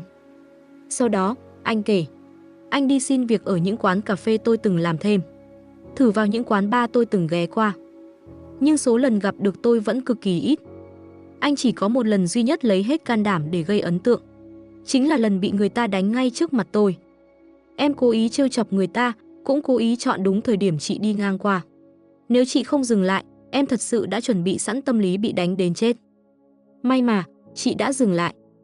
Nhưng, không may là, chị chẳng để lại dấu vết nào trong lòng chị. Sau lần đó, tôi không quay lại nơi đó nữa. Anh thì vẫn lặng lẽ chờ đợi, chờ cơ hội để đến gần tôi hơn. Anh chờ rất lâu, chờ đến khi tập đoàn Tần Thị trống vị trí trợ lý, rồi nộp đơn, vượt qua vòng tuyển dụng nghiêm ngặt, được vào làm việc dưới trướng tôi. Mọi thứ đều là chủ động sắp đặt. Đột nhiên, Giang Văn Sinh quỳ xuống, hai đầu gối chạm sàn. Anh cẩn thận đặt tay lên đầu gối tôi, nắm lấy tay tôi. Nước mắt rơi từng giọt như hạt châu, sáng lấp lánh trong ánh đèn. Em thật sự không biết phải dùng cách nào để chị có thể nhìn thấy em. Nên, em chỉ có thể dùng hết tất cả những gì mình có để tự tạo ra cơ hội. Em quá nhỏ bé. Còn những người từng xuất hiện quanh chị lại quá vĩ đại. Nếu em cứ rút lui mãi, trốn mãi, thì chị vĩnh viễn sẽ không bao giờ nhìn thấy em. Em biết rõ sự tồn tại của Sở Diễn Tu. Em biết em có vài nét giống anh ta. Chính vì thế, em mới cả gan trèo lên giường chị. Anh khẽ cười, nụ cười đầy chua xót và cay đắng. Trong ánh đèn, nước mắt lấp lánh như pha lê. Con người vốn tham lam, có được một chút thì lại muốn nhiều hơn. Lúc đầu, em chỉ mong chị ghi nhớ em là ai là đủ rồi. Sau này, em chỉ mong được ở bên chị mỗi ngày là đủ rồi. Nhưng rồi, ngay cả khi được ở bên chị mỗi ngày, em vẫn không thấy thỏa mãn. Nghe chị nói muốn tìm người khác, em sợ hãi đến mất kiểm soát. Trong đầu toàn là hình ảnh chị thân mật với ai đó mà không phải em. Nếu không phải Sở Diễn Tu, thì tại sao không thể là em? Chính vì ý nghĩ đó, em mới thừa cơ chen vào. Anh nghẹn giọng. Lời nói bắt đầu nhỏ dần, như thể chính anh cũng không chịu nổi sự thật mình thốt ra. Có phải em thật sự rất thấp hèn không? Ban đầu em nghĩ, dù chỉ là thế thân của Sở Diễn Tu, cũng được. Em chỉ muốn được đứng bên chị thêm vài năm. Nếu một ngày anh ta trở về. Giọng anh yếu dần, như không thể nói tiếp nổi nữa. Giống như đang không cam tâm đối diện với sự thật rằng chính mình đã là người thay thế ngay từ đầu. Và cũng sợ rằng đến tư cách làm thế thân cũng không còn. Từ chính miệng mình thốt ra mấy chữ thế thân ấy, Giang Văn Sinh khẽ run lên, rồi thấp giọng nói tiếp. Nhưng mà, Sở Diễn Tu thật sự quay về rồi. Em phát hiện, em không thể tiếp tục tự lừa mình dối người được. Anh ngẩng đầu nhìn tôi. Từng chữ, từng câu, chậm rãi và kiên định. Em không thể chấp nhận việc giao lại vị trí bên cạnh chị cho anh ta. Trong đôi mắt trong veo của anh giờ đây phủ đầy u ám. Đây là lần đầu tiên anh thể hiện cảm xúc tiêu cực mạnh mẽ đến vậy. Là một phần tối tăm của Giang Văn Sinh. Thứ anh luôn cố giấu đi trước mặt tôi. Không muốn tôi nhìn thấy, không muốn tôi thất vọng. Nếu không có Sở Diễn Tu, anh có thể cả đời giả vờ làm người hoàn hảo, êm dịu và tinh tế, sống trong vai trò khiến tôi thoải mái nhất. Nhưng từ khoảnh khắc Sở Diễn Tu trở lại, chỉ với vẻ ngoài biết điều kia, không còn đủ để trụ vững trong thế giới của tôi nữa. Cũng giống như cách Sở Diễn Tu từng cố gắng che giấu phần bạo lực trong bản thân. Nhưng nếu anh ta thật sự đè nén cả đời, sẽ bị Giang Văn Sinh nuốt chửng đến tận xương. Còn Giang Văn Sinh, dù cố giấu kỹ, tôi sống với anh ấy dưới cùng một mái nhà. Không thể nào không nhận ra những mặt trái của anh. Không ai có thể mãi mãi giả vờ. Dù người bình thường sẽ không làm chuyện như lén ngửi mùi hương còn sót lại trên áo khoác của tôi, xem có mùi nước hoa đàn ông khác không. Dù điện thoại anh không đặt mật khẩu, chỉ là khi ở nhà, để tôi có thể tiện kiểm tra và đọc mọi thứ nếu muốn. Dù người anh yêu là tôi, nhưng anh ấy từng nghĩ ra những chuyện như giả giấy khám sức khỏe để trèo lên giường tôi. Tôi thích nhìn họ giả vờ. Cũng thích nhìn họ vỡ vai, tháo mặt nạ, bộc lộ tất cả con người thật trước mặt tôi. Có một loại thú vui rất quái dị, khiến tôi cảm thấy hứng thú vô cùng. Tôi xoa đầu anh. Đứng lên đi, quỳ đất làm gì? Chuyện nhỏ xíu thôi mà, nói rõ ra là được. Giang Văn Sinh nhào vào lòng tôi, bật khóc nức nở, như thể vừa thoát khỏi một cuộc hành quyết. Sau đó, anh lấy từ túi ra một hộp quà nhỏ. Gương mặt vẫn còn đẫm nước mắt, đôi má ửng hồng vì xúc động. Trong hộp là 2 chiếc nhẫn. Anh nhẹ nhàng giải thích. Em đã nhìn thấy cặp nhẫn này từ lâu rồi. Ngay lúc ấy, em đã tưởng tượng ra hình ảnh chị đeo nó lên tay. Em đã mua nó, nhưng vẫn không dám đưa ra. Sợ chị hiểu lầm là em đang cầu hôn chị. Sợ chị thấy ngột ngạt, thấy không thoải mái. Tôi từng nhìn thấy cặp nhẫn này. Nếu tôi nhớ không nhầm, mức giá đó đối với anh là rất đắt đỏ. Tôi hỏi, vậy tại sao bây giờ lại lấy ra? Giang Văn Sinh nói rất khẽ. Vì em không có cảm giác an toàn.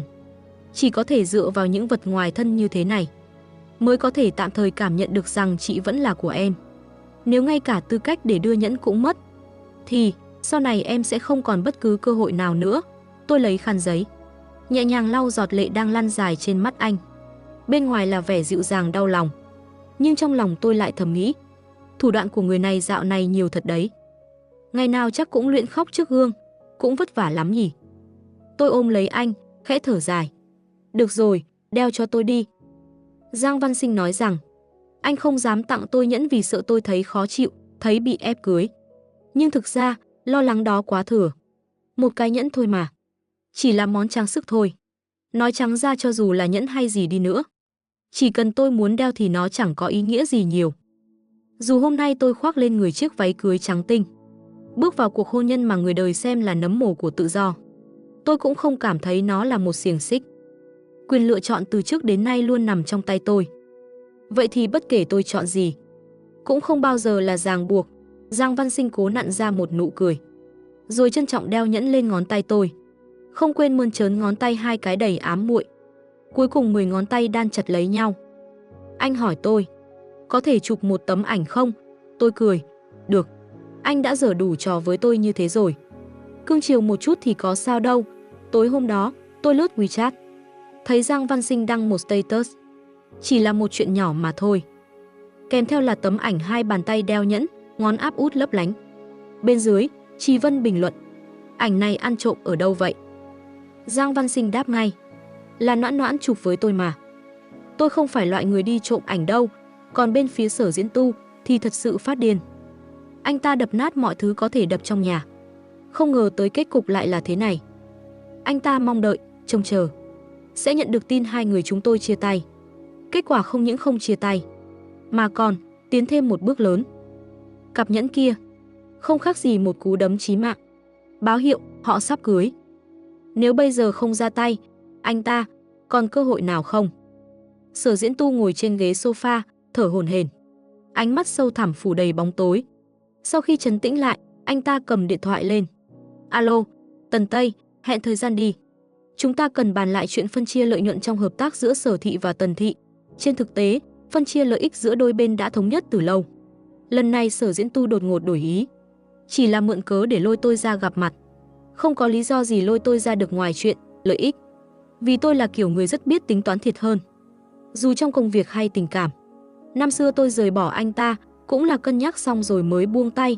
Lúc nhận được điện thoại từ Sở Diễn Tu, tôi vừa tan ca, đang cùng Giang Văn Sinh trong một chiếc thang máy hẹp và kín. Tôi chắc chắn anh ấy nghe rất rõ nội dung cuộc gọi, và cũng như tôi, đoán được ý đồ của anh ta. Sau khi dập máy, Giang Văn Sinh im lặng vài giây, rồi thấp giọng hỏi, vấn đề hợp tác chẳng phải đã bàn xong hết rồi sao? Tổng giám đốc Sở sao lại đột ngột đổi ý? Tôi lắc đầu, giả vờ không biết. Tôi đi một chuyến xem sao. Nếu tôi không qua, Sở Diễn Tu làm sao diễn tiếp được? Cửa thang máy mở, Giang Văn Sinh theo sát tôi ra ngoài. Tôi đưa chị qua đó. Anh ấy đưa tôi đến dưới khu căn hộ của Sở Diễn Tu. Lúc tôi tháo dây an toàn, chuẩn bị mở cửa bước xuống, anh siết chặt vô lăng, nói khẽ, em ở nhà đợi chị về. Được. Tôi vừa đến trước cửa nhà Sở Diễn Tu, còn chưa kịp gõ, cửa đã tự động mở ra từ bên trong. Anh ta đứng đó, như thể đã ở trong phòng, dán mắt vào cửa sổ đợi tôi suốt. Từng giây từng phút đếm thời gian, chỉ chờ tôi đến. Sở Diễn Tu đã lên dây cót sẵn, và trận đối đầu chính thức bắt đầu. Tóc hơi rối, áo ba lỗ trắng, quần thể thao xám rộng thùng thình, lộ một phần, che một phần càng làm tôn lên cảm giác mời gọi không rõ ràng. Cánh cửa phía sau tôi khép lại, rồi tiếng rèm cửa bị kéo mạnh. Sau đó là một tiếng cười khẽ, đầy mỉa mai của Sở Diễn Tu. Ánh sáng trong phòng bỗng trầm xuống một bậc. Mặt trời chiều bị che lấp, bóng tối từ từ lan rộng, tựa như trước cơn bão. Tôi đang định bước đến ghế sofa ngồi, vừa nhấc chân, phía sau liền truyền đến tiếng bước chân gấp gáp, và kế đó tôi ngã vào vòng ôm ấm nóng như thiêu đốt của Sở Diễn Tu. Anh từ phía sau ôm lấy tôi, cúi người thì thầm bên tai, hắn ta vẫn chưa đi. Ai hắn ta? Không cần nói cũng biết. Một tay anh ôm lấy tôi, tay còn lại trượt dần xuống, nắm chặt lấy cổ tay tôi. 10 ngón tay đan chặt, chiếc nhẫn lạnh buốt giữa ngón áp út đập thẳng vào da thịt, đau rát. Sở Diễn Tu dừng lại một giây, sau đó giật mạnh chiếc nhẫn trên tay tôi, cầm lấy, đưa lên trước ánh sáng mà soi xét. Loại hàng rẻ tiền này cũng xứng đeo trên tay em à? Hắn ta cũng xứng sao? Anh làm bộ chuẩn bị ném đi. Tôi đưa tay ra, nhẹ nhàng giữ lấy cổ tay anh, không dùng sức. Nếu anh thật sự muốn vứt, tôi không cản được, nhưng anh không dám. Anh dừng lại vì cảm nhận được tay tôi đang níu lấy. Chứng kiến rõ ràng, tôi từ tay anh lấy lại chiếc nhẫn và đeo lại lên tay ngay trước mắt anh. Sở Diễn Tu không diễn nữa, mắt đỏ bừng lên trong nháy mắt, ngực phập phồng, trong mắt là u ám, đau đớn, căm hận đan xen. Có khoảnh khắc, tôi nhìn ra được sự điên cuồng trong anh. muốn lôi tôi cùng xuống địa ngục, cùng chết, cùng yêu, cùng sống trong tội lỗi. Nhưng anh không dám, không còn tư cách để kéo tôi nữa. Anh bật thốt, em thật sự yêu hắn đến vậy sao? Em yêu hắn ở điểm gì? Chỉ là một khuôn mặt ư? Vậy tôi không có à? Tôi và hắn không giống nhau sao? Sở Diễn Tu gần như hét lên. Nếu em có thể chọn hắn vậy tại sao năm đó lại rời bỏ tôi? Tôi đã quay lại rồi, tại sao em vẫn không chọn tôi? Tôi, rốt cuộc, thua ở điểm nào? Anh nghiến răng, ra sức kìm nén, không để bản thân vỡ òa thành tiếng nức nở. Như vậy sẽ quá mất mặt. Sẽ giống như anh thật sự đã mất em hoàn toàn. Tôi rút một tờ giấy, nhẹ nhàng lau giọt nước mắt xiết rơi ra từ hốc mắt anh.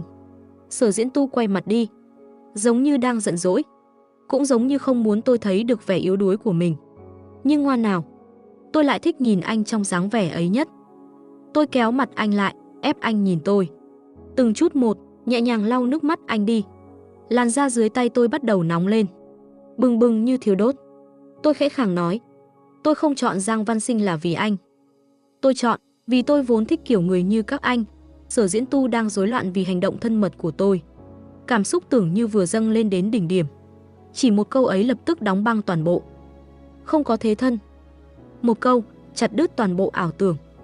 Không có vì anh mà chọn hắn, cũng không có thay thế ai.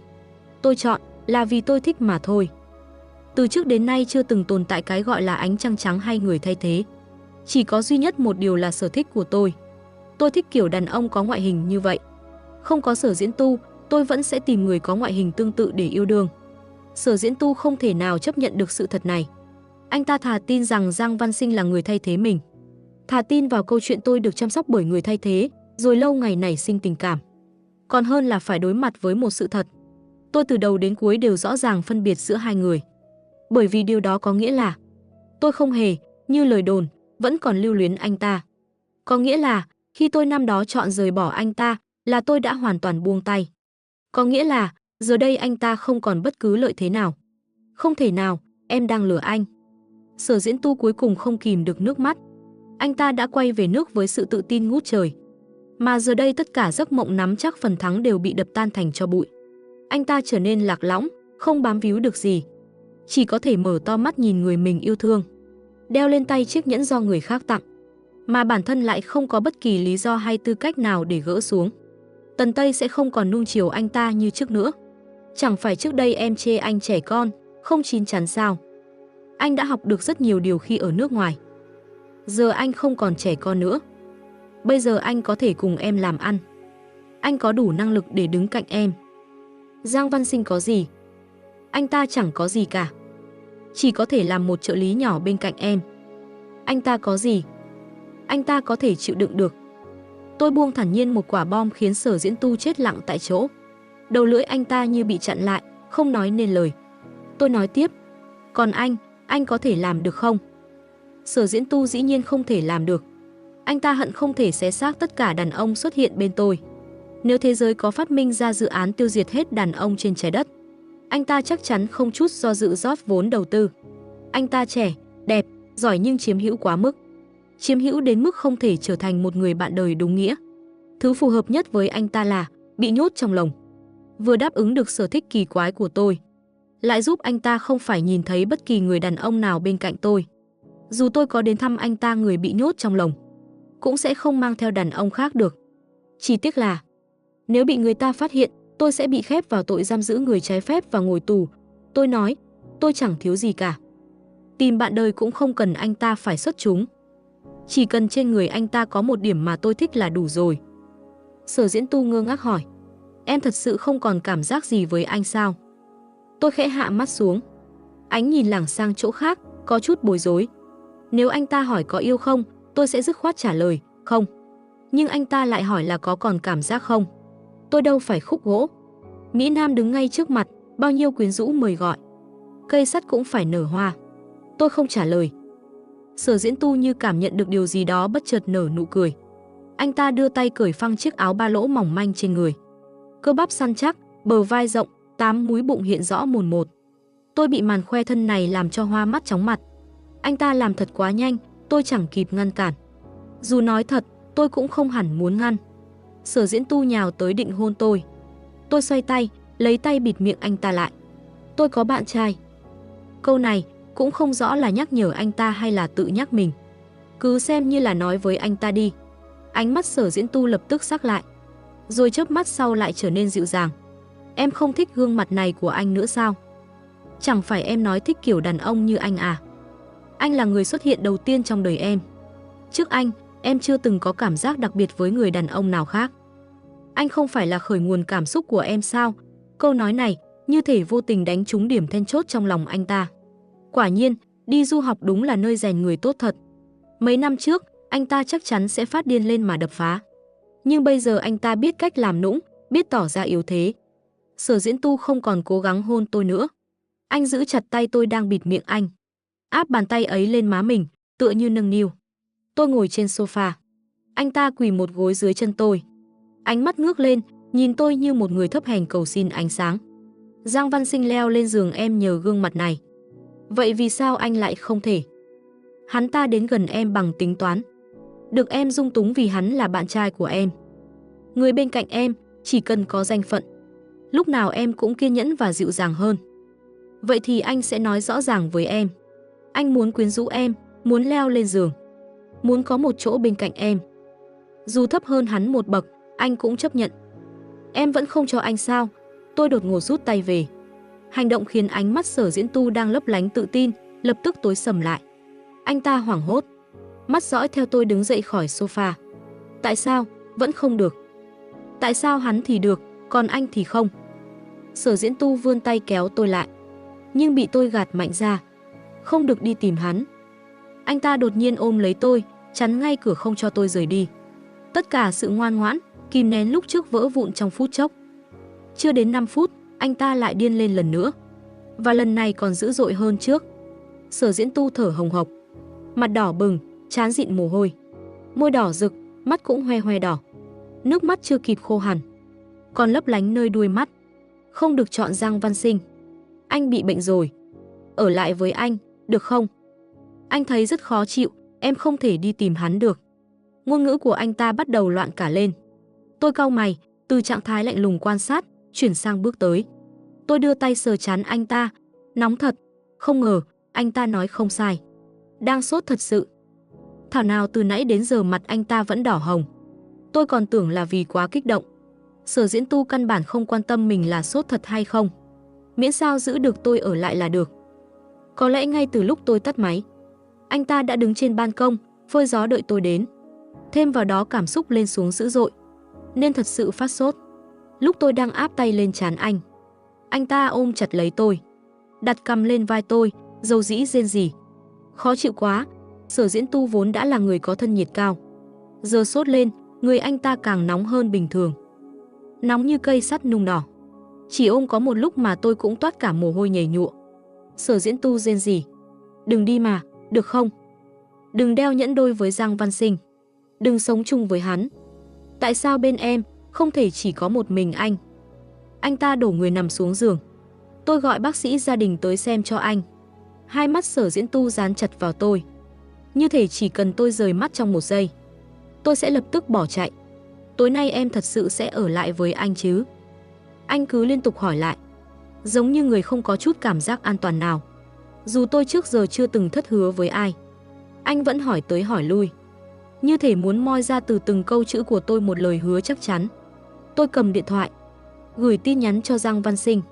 Tối nay em không về. Sở Diễn Tu liếc thấy khung chat ấy, khóe miệng khẽ nhếch lên đầy mãn nguyện. Anh muốn ăn táo. Tôi không buồn ngẩng đầu. Vậy ăn đi. Anh muốn ăn táo đã gọt vỏ. Rõ ràng là đang ám chỉ muốn tôi gọt cho anh ăn. Hồi còn yêu nhau, anh cũng từng bị bệnh, mà còn là bị tôi chọc giận đến ốm.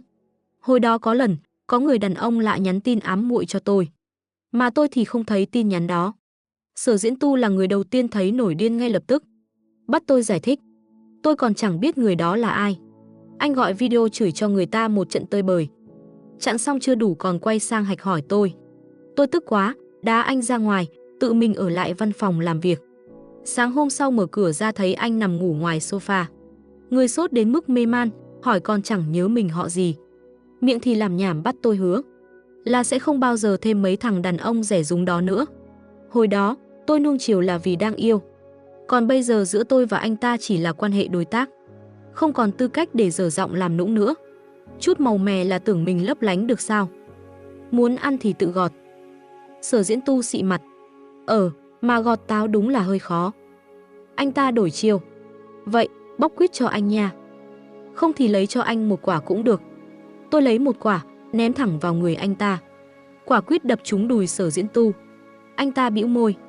Tự bóc thì tự bóc vậy. Sau khi bóc xong, anh ta chụp một tấm ảnh đăng lên WeChat. Còn bẻ nửa quả đưa cho tôi cũng không từ chối, bỏ vào miệng ăn luôn. Sở Diễn Tu viết. Sở Diễn Tu bị bệnh. Người ấy bóc quýt cho tôi.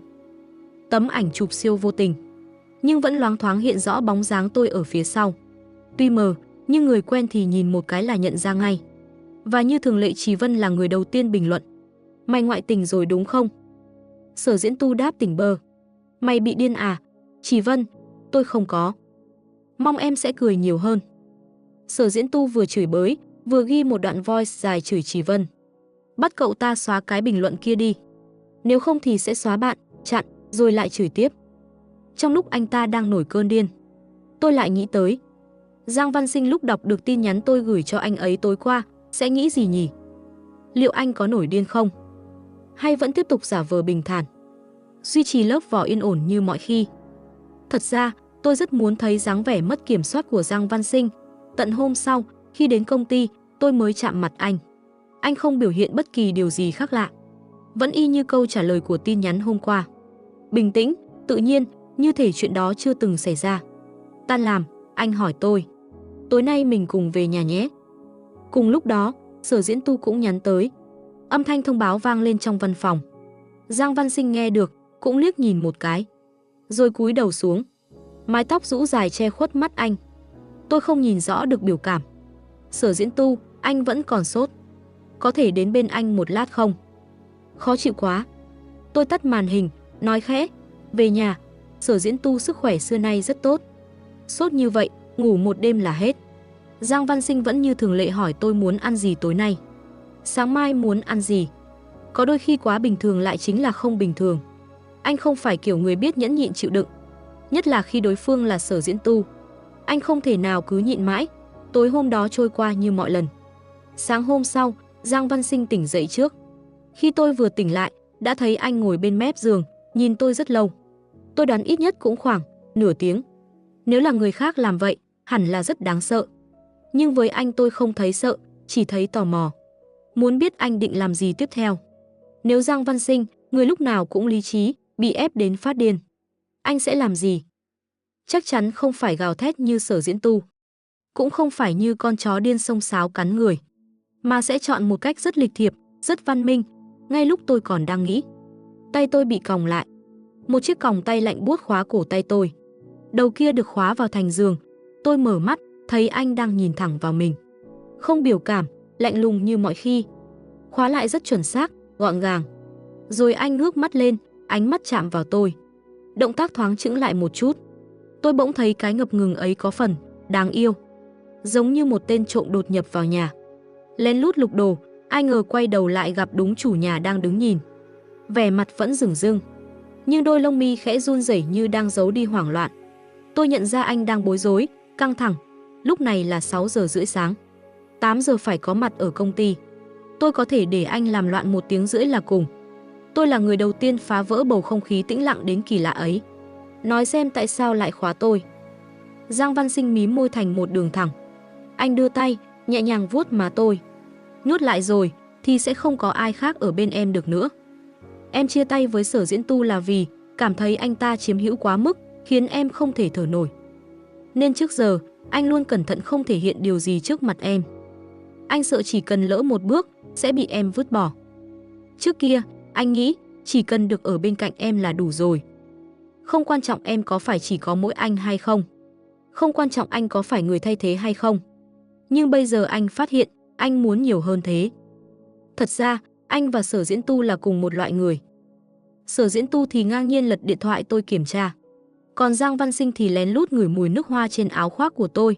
Tôi nhìn anh, nhìn vào đôi mắt từng trong trẻo như nước suối của anh. giờ đây đang dần dần thấm đẫm điên cuồng. Anh biết không? Chưa nói hết, tôi cũng đã hiểu. Giới hạn của anh đã bị bẻ gãy.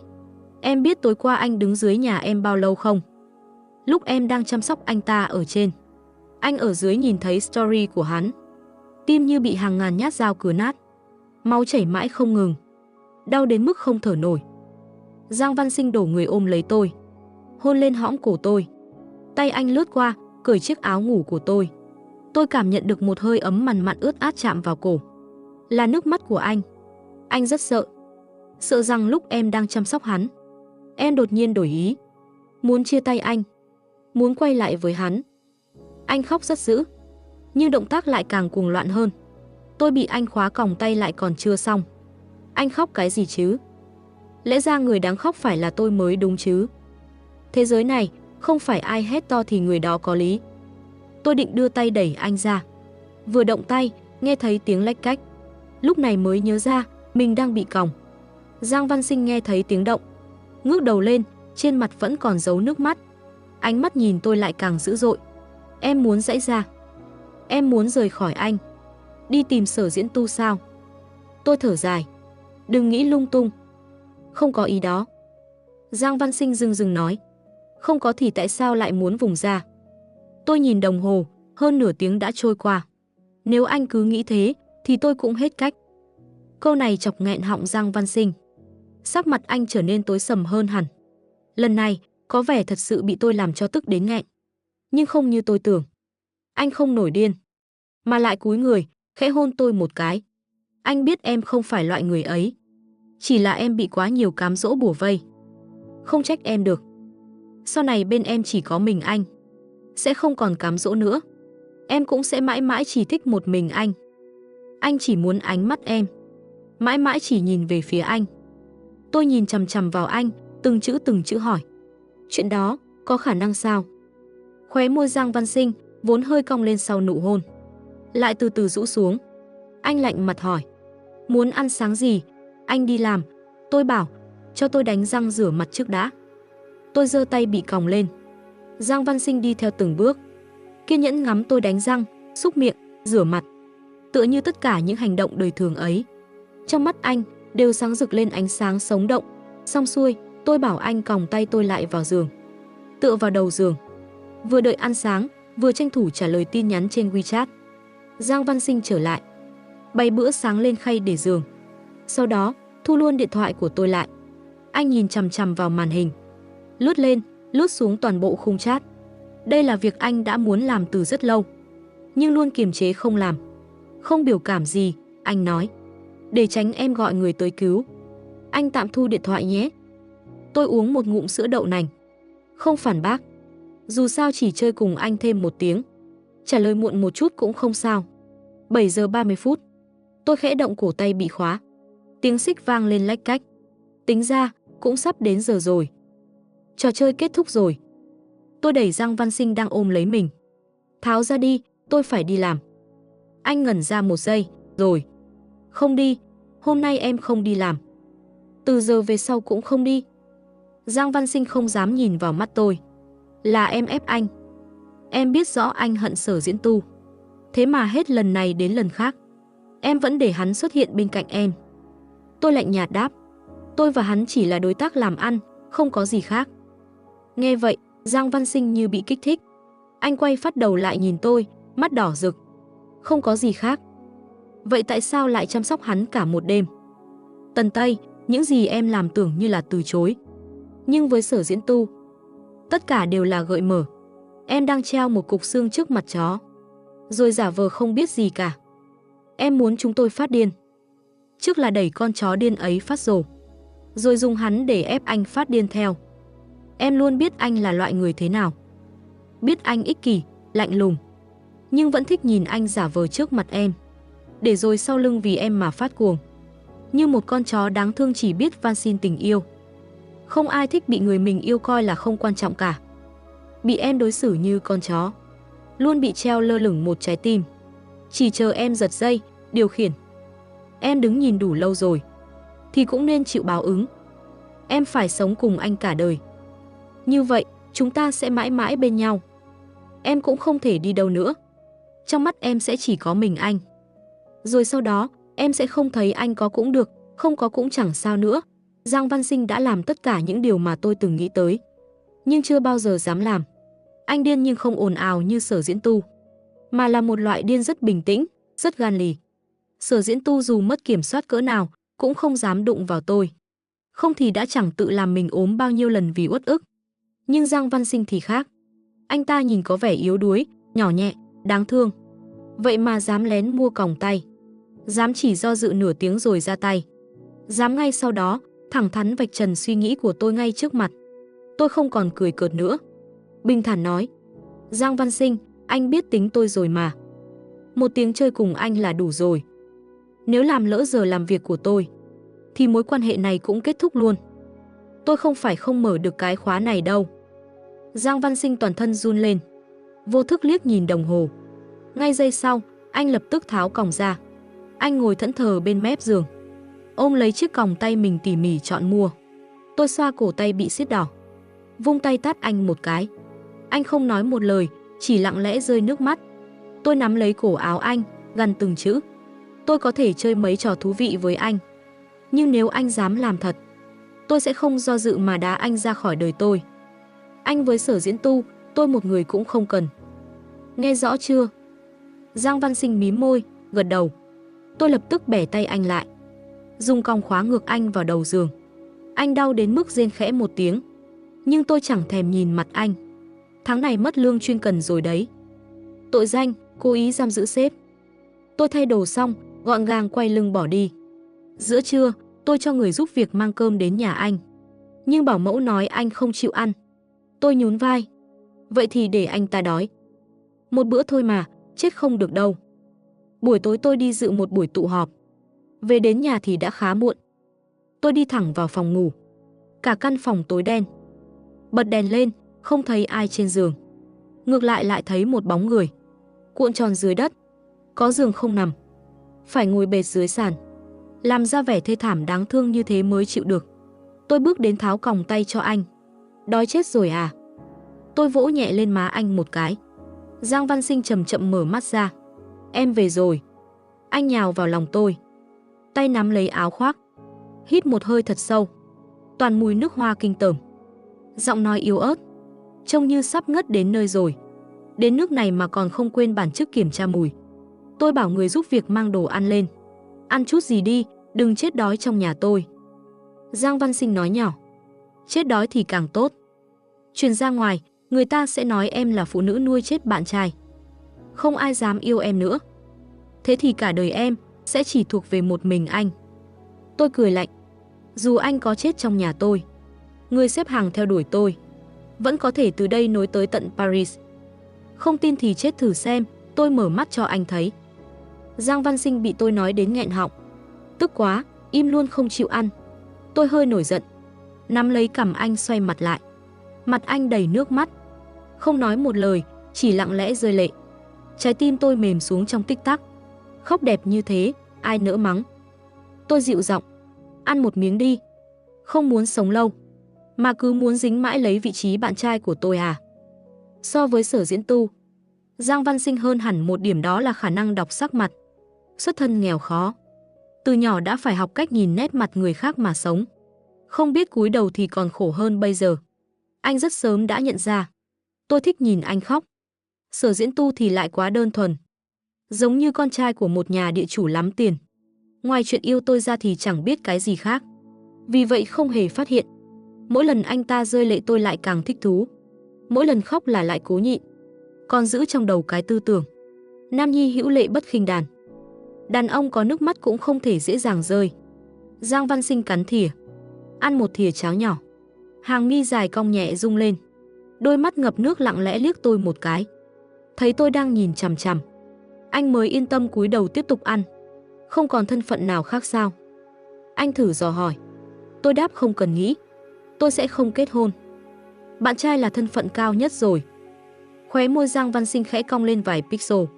Điện thoại vang lên đinh đông một tiếng. Là Sở Diễn Tu gửi tin nhắn đến. Tôi vừa mới nghiêng mắt liếc qua, Giang Văn Sinh đã tắt màn hình ngay lập tức, rồi nhẹ nhàng hôn lên môi tôi. kéo toàn bộ sự chú ý của tôi quay về phía anh. Anh tháo từng lớp áo dính mùi nước hoa đàn ông trên người tôi. Chúng tôi lăn qua giường, cùng chìm đắm trong hoan lạc. Cuộc sống này, tốt nhất vẫn nên chọn người như anh ấy mà sống cùng. Câu chuyện đã kết thúc tại đây. Cảm ơn bạn đã lắng nghe trên kênh Tiểu Na Audio, nơi mang đến những câu chuyện đầy hấp dẫn và thú vị. Hãy để lại ý kiến của bạn trong phần bình luận. Và đừng quên theo dõi kênh để cập nhật những nội dung mới nhất nhé. Chân thành cảm ơn bạn.